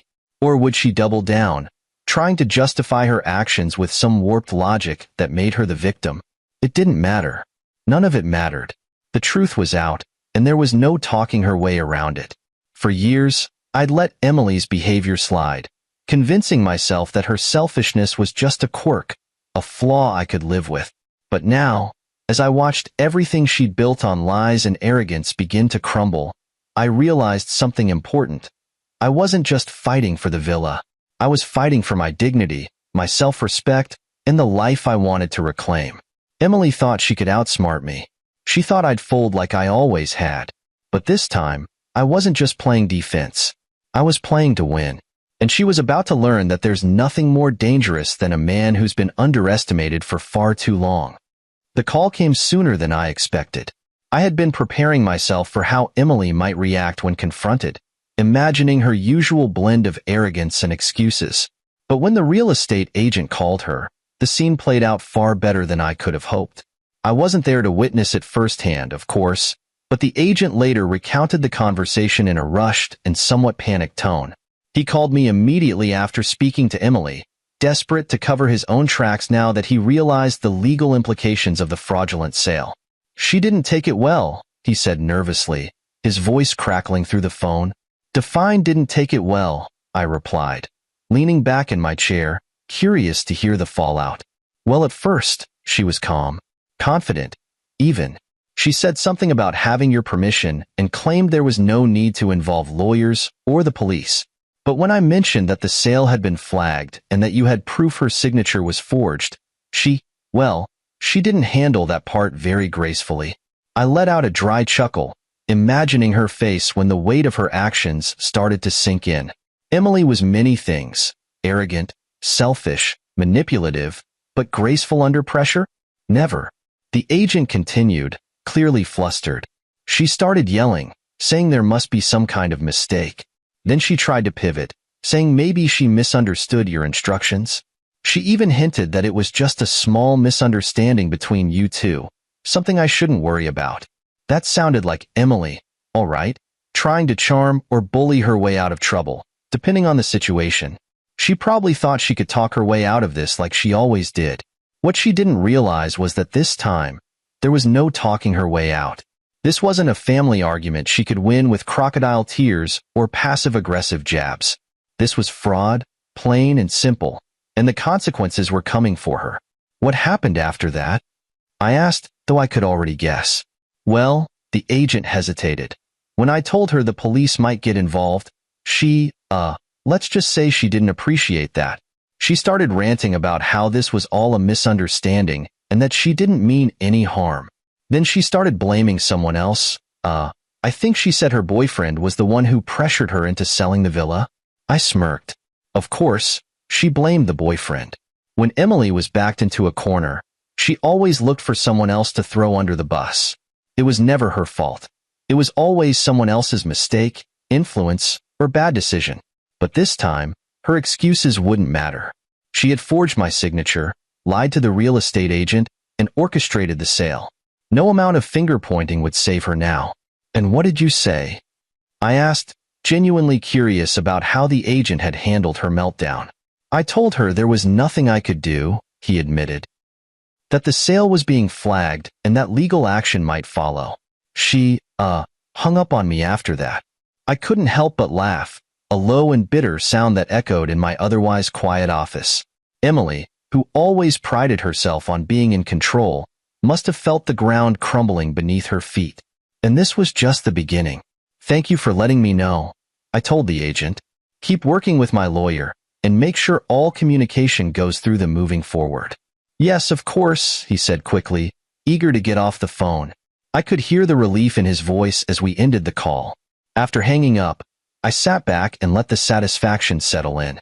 Emily's reaction was exactly what I'd expected.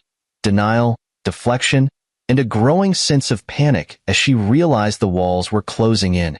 For years, she had relied on manipulation and entitlement to get her way. She thought she could walk through life without consequences, leaving a trail of excuses and half-hearted apologies in her wake.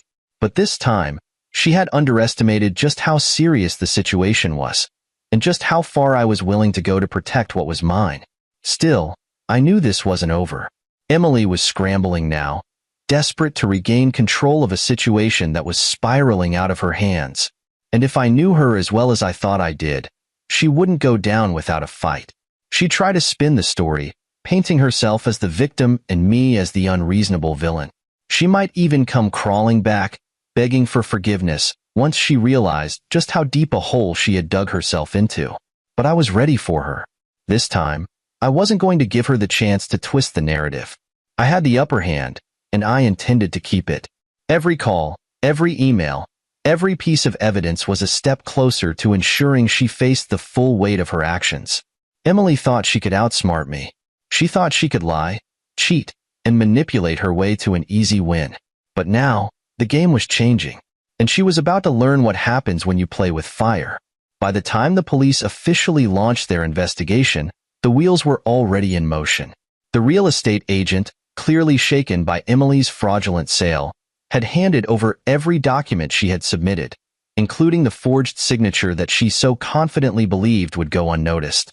My lawyer, always meticulous, provided the authorities with a detailed timeline of events, complete with records proving my sole ownership of the villa.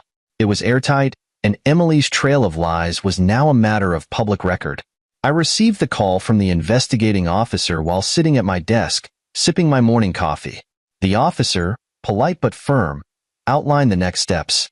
They were opening a formal case of fraud and forgery, and Emily would be brought in for questioning.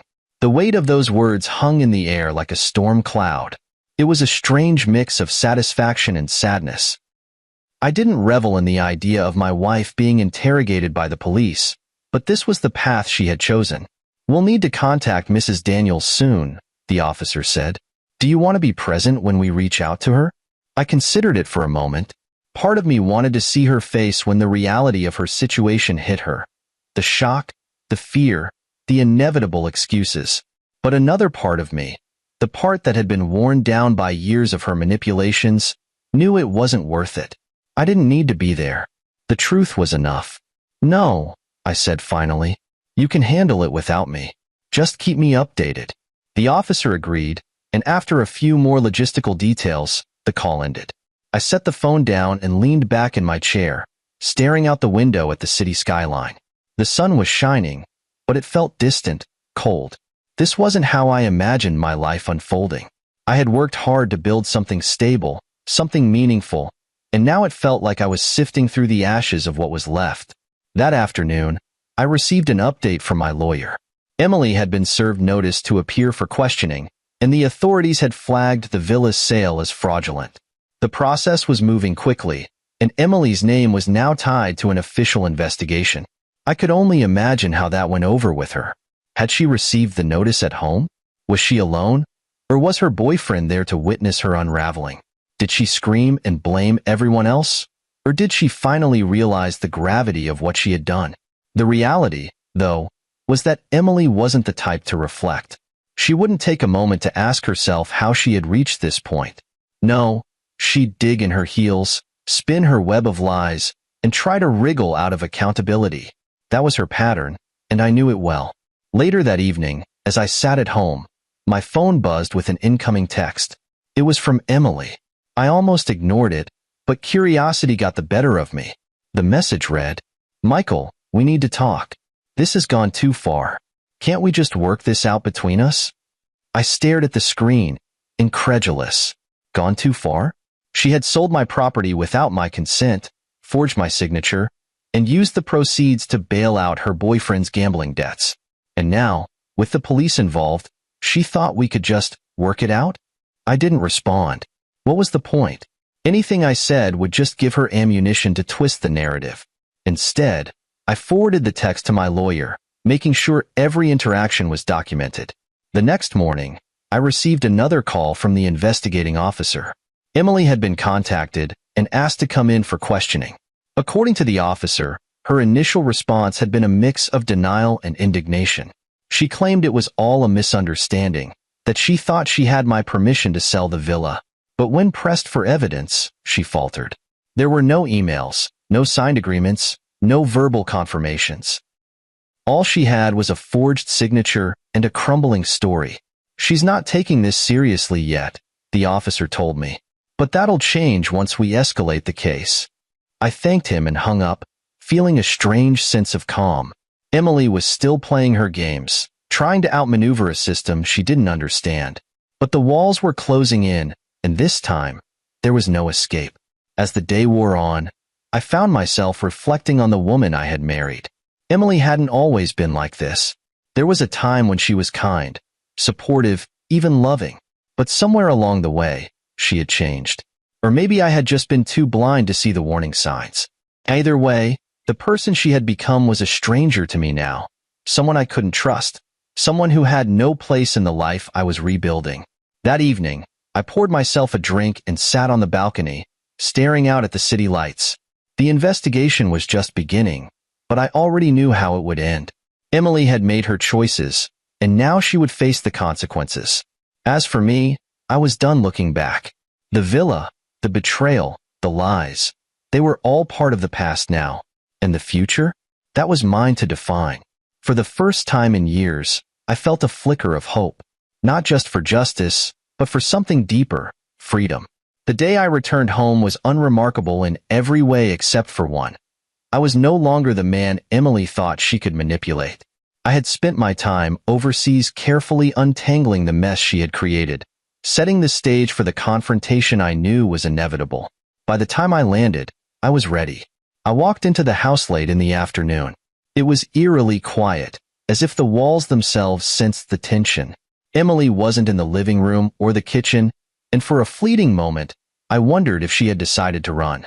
But then I heard her voice drifting down the hallway, unmistakably irritated, talking on the phone. "I don't know what the big deal is," she said, her tone clipped. "He'll come around. He always does." I stopped in my tracks, the audacity of her words hitting me like a cold slap. She was talking about me, of course. It was a conversation she'd had 100 times before, I imagined, confident that I'd eventually cave. But not this time. I walked into the room, and she froze mid-sentence. Her face went pale for a split second before she masked it with a forced smile. "Michael, you're back early." I didn't respond. Instead, I dropped my bag by the door and crossed my arms, leaning casually against the wall. "Am I interrupting something?" I asked, my voice calm but firm. She quickly ended the call and set her phone on the counter, a nervous laugh escaping her. "Oh, it was just nothing important. I wasn't expecting you so soon."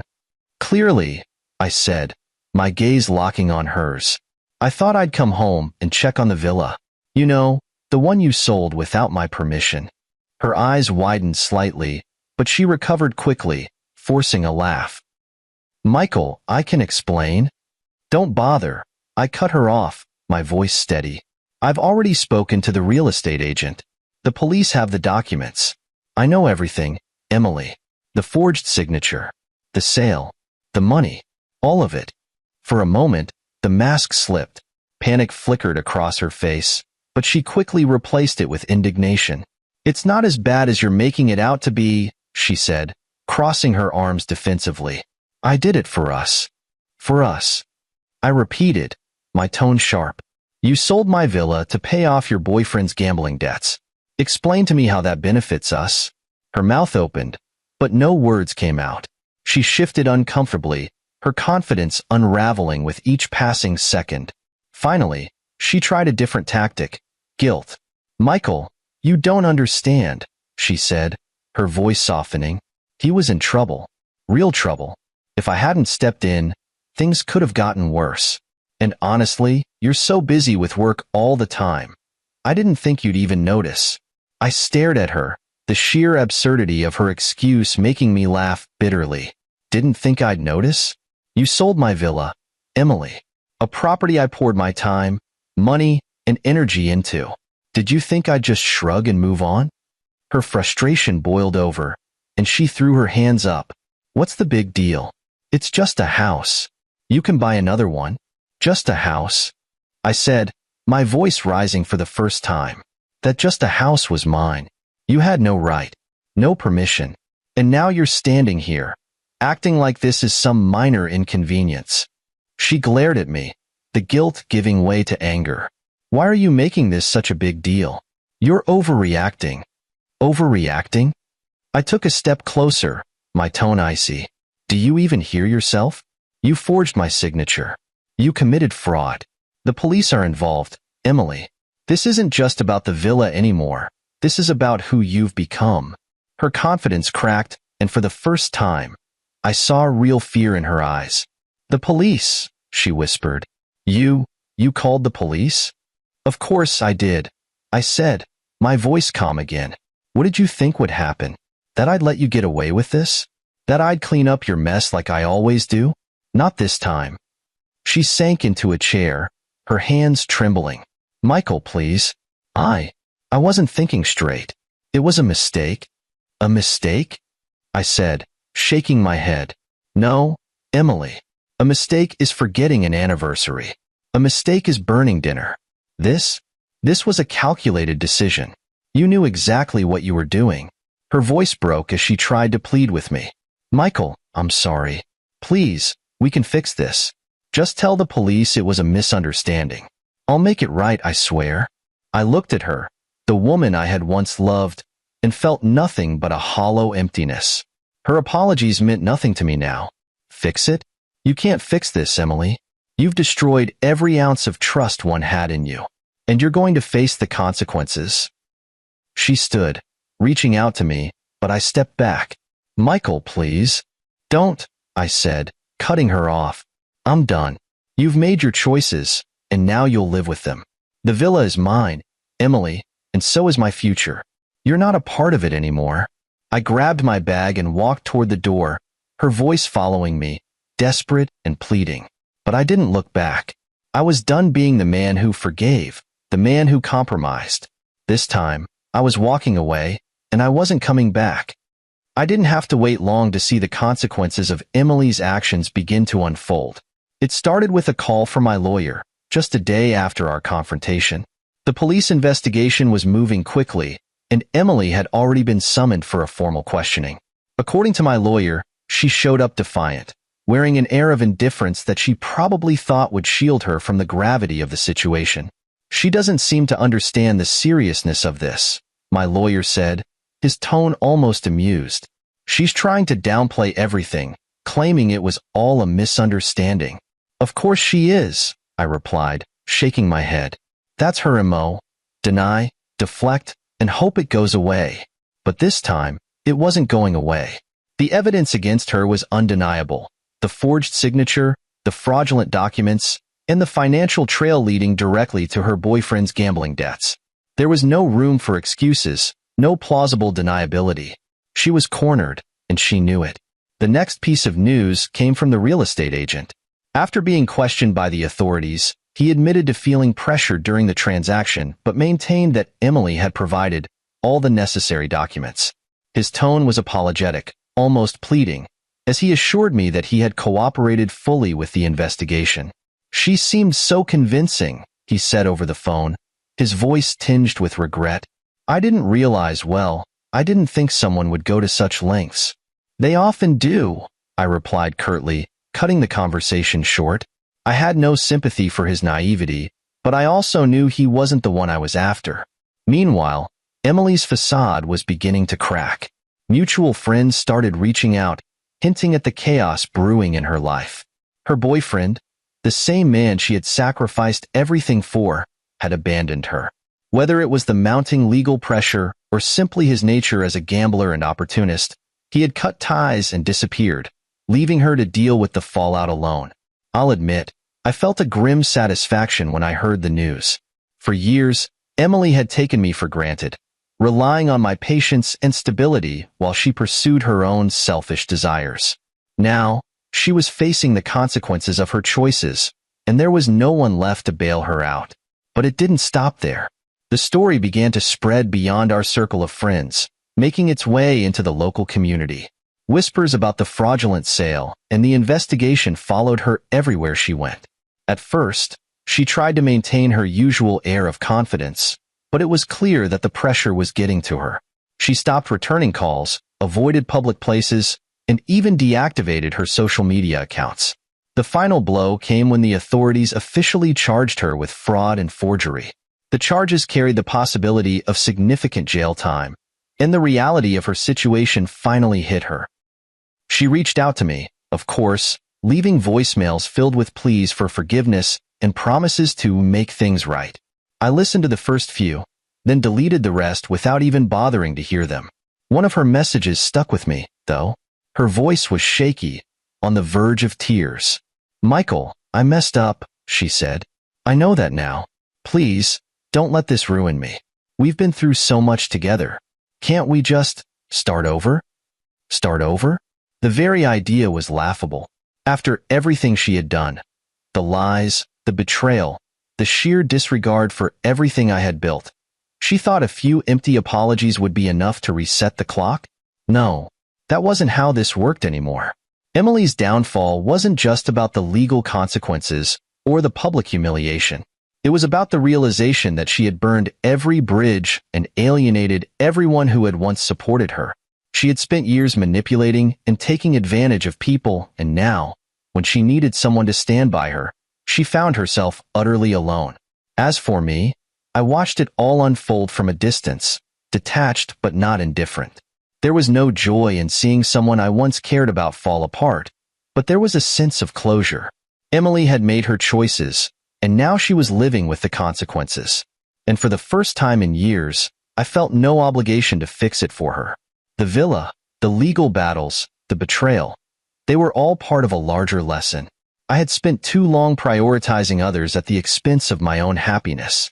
Emily's downfall was a reminder that boundaries matter, that respect is non-negotiable, and that sometimes, the best thing you can do for yourself is walk away. As the weeks passed, the calls and messages from Emily dwindled until they stopped altogether. She was busy fighting her battles, and I was busy rediscovering myself. The weight of her betrayal no longer felt as heavy, replaced by a sense of freedom and the knowledge that I had finally taken control of my own life. Emily had tried to destroy me, but in the end, she only destroyed herself. The first morning I woke up knowing I was completely free of Emily, I felt a peace I hadn't experienced in years. It wasn't just the absence of her drama or the end of her betrayal. It was the realization that I was finally reclaiming my life. I sat on the edge of my bed, staring at the sunlight streaming through the curtains, and let the weight of it all settle over me. Emily's chapter in my life was closed, and now, I was left with the blank pages of what came next. But starting over wasn't as simple as flipping a switch. The betrayal had left scars, deep ones, that I couldn't ignore. Trust was a fragile thing, and rebuilding it in myself was going to take time. For years, I had poured so much of my energy into supporting Emily, accommodating her whims, and cleaning up her messes. I realized I didn't even know what it felt like to prioritize myself anymore. So, I started small. I opened a journal, something I hadn't done since college, and began writing down the things I wanted for my life. Not what Emily wanted. Not what anyone else expected. Just me. The list grew quickly. Travel to new places, pick up hobbies I'd always been curious about, and, most importantly, learn how to live without constantly seeking validation from others. The villa, which had once been a symbol of betrayal, now became a focal point of my healing. After confirming that the fraudulent sale had been legally reversed, I decided it was time to return to the seaside retreat. The idea of stepping back into that space was bittersweet, but I knew it was necessary. The villa wasn't just a house. It was a sanctuary I had built for myself, and it was time to reclaim it. When I arrived, the sight of the ocean stretching endlessly before me brought an unexpected lump to my throat. The villa was exactly as I had left it, untouched by Emily's chaos, as if it had been waiting for me to return. I stood on the terrace, the salty breeze brushing against my face, and felt a sense of calm wash over me. This was my space, my creation, and no one could take it from me again. Over the next few weeks, I poured myself into restoring the villa to its former glory. It wasn't in disrepair, but it needed a fresh start, just like I did. I repainted the walls, replaced old furniture, and added personal touches that reflected who I was now, not who I had been when I first bought it. The process was therapeutic, a way of taking something that had been tainted and making it my own again. But the villa was just the beginning. I started to explore hobbies I had neglected during my marriage. Photography was the first. I bought a high-end camera and began capturing the stunning landscapes around the villa. The sunsets, the crashing waves, the little details that so often went unnoticed. I captured them all, each shot a reminder of the beauty I had rediscovered. I also began to travel more. Not for work, but for myself. Italy was my first destination, a place I had always dreamed of visiting but never made time for. Wandering the cobblestone streets of Rome, sipping espresso at quaint cafes, and marveling at the ancient ruins reminded me of how much life there was beyond the narrow world I had lived in with Emily. Every moment felt like a reclamation of something I had lost. And then there were the people. For so long, my social circle had been tied to Emily's whims. Friends I had neglected began reaching out, and I made a conscious effort to reconnect with those who had always been there for me. Grace, a longtime friend, became an anchor during this time, reminding me that I wasn't alone in this journey. Her support was unwavering, and our conversations often left me feeling lighter, more hopeful. Perhaps the most surprising part of my new beginning was the absence of anger. I had expected to carry bitterness toward Emily, but as the weeks turned into months, I found myself letting go. She had made her choices, and she was dealing with the consequences. Her downfall was her own doing, and I no longer felt responsible for carrying the weight of her actions. One evening, as I sat on the villa's terrace watching the sun dip below the horizon, I realized I wasn't just surviving anymore. I was thriving. The betrayal that had once defined my life was now just a chapter in a much larger story, a story that was finally my own. I raised a glass of wine to the horizon, a silent toast to freedom, resilience, and the promise of what lay ahead. Emily had taken so much from me, but she had also given me something I hadn't expected, the chance to start over. And for the first time in years, I felt truly alive. Life after Emily wasn't just different. It was unrecognizable in the best possible way. For years, I had been trapped in a cycle of accommodation and sacrifice, constantly adjusting myself to fit into the fractured mold of our marriage. But now, with her gone, I was finally free to reflect on who I was and what I wanted. The villa became my sanctuary in every sense of the word. Its quiet serenity allowed me to think clearly, something I hadn't done in a long time. Each morning, I'd wake to the sound of waves crashing against the shore, sip my coffee on the terrace, and let the ocean breeze sweep away the remnants of anger and betrayal. The villa wasn't just a property. It was a symbol of everything I had fought for, everything I had reclaimed. Rebuilding my life wasn't easy, but it was fulfilling. I learned to appreciate the power of boundaries, understanding that my worth wasn't tied to how much I could give or how much I could tolerate. For so long, I had prioritized Emily's needs and desires over my own, and in doing so, I had lost sight of the things that brought me joy. Now, I was determined to rediscover them. The villa gave me more than peace. It gave me clarity. I began journaling, pouring my thoughts onto the page without hesitation. What started as an outlet for my frustrations became a blueprint for my future. I wrote about my dreams, my goals, and the life I wanted to create. For the first time in years, I felt like I was writing my own story rather than living someone else's. Emily's absence didn't mean she was forgotten.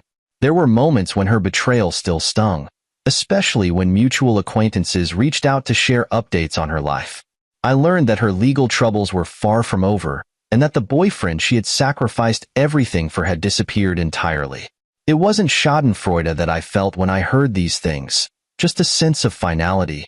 She was living the consequences of her choices, and I no longer felt the need to involve myself. One day, I received an unexpected text from Emily. "Michael, I know I hurt you, and I'm sorry. I've been thinking a lot about what I did, and I realize how much I took you for granted. If there's any way we can talk, I'd like to make amends." I stared at the screen for a long time before setting the phone down. Forgiveness wasn't the issue anymore. It was trust. Emily had shattered it, and no apology, no matter how heartfelt, could rebuild it. I wasn't angry anymore, but I also wasn't willing to let her back into my life. Some doors are better left closed. Grace, ever the voice of reason, helped me make peace with that decision. Over coffee on the villa's terrace, she reminded me that moving on didn't mean forgetting the past. It meant learning from it. "You've come too far to go back," she said, her words resonating deeply. She was right. This wasn't about punishing Emily or holding on to bitterness. It was about protecting the life I had worked so hard to rebuild. The turning point came during an evening walk along the beach. The sky was painted in hues of orange and pink, and the cool sand shifted beneath my feet. As I looked out at the endless horizon, I felt a profound sense of peace. I wasn't defined by Emily's betrayal anymore. I wasn't the man who had been blindsided by her selfishness. I was someone new, stronger, wiser, and finally in control of my own happiness. In the months that followed, I continued to grow. I took a photography course and turned my love for capturing moments into a hobby that brought me immense joy. I traveled to places I'd always dreamed of visiting, each destination a reminder of the freedom I had reclaimed. And most importantly, I surrounded myself with people who valued and respected me, people who celebrated my successes rather than taking them for granted. The villa became a hub for this new life. I hosted friends, threw small gatherings, and even rented it out to travelers who wanted to experience the same peace it had given me. Each visitor left behind stories, laughter, and memories, transforming the villa from a symbol of betrayal into a place of connection and renewal. One evening, as I sat on the terrace with Grace, sipping wine and watching the sun dip below the horizon, she asked me a question that had been circling in my mind for months. Do you think you'll ever forgive her? I thought about it for a long moment, then replied, I already have. But forgiving her doesn't mean forgetting what she did or inviting her back into my life. Forgiveness is for me, not for her. Grace nodded, a small smile playing on her lips. You've come a long way, Michael. I had. And as I watched the last sliver of sunlight disappear beyond the waves, I realized I wasn't just living a new chapter. I was living a new story. One where I was no longer defined by someone else's actions, but by my own choices, my own strength, and my own happiness. Emily had once said, you didn't need the villa anyway. She was wrong. I didn't just need the villa. I needed what it represented. Independence, self-worth, and the courage to build a life that was mine and mine alone. And as I sat there, the ocean stretching out before me, I knew I had found exactly that.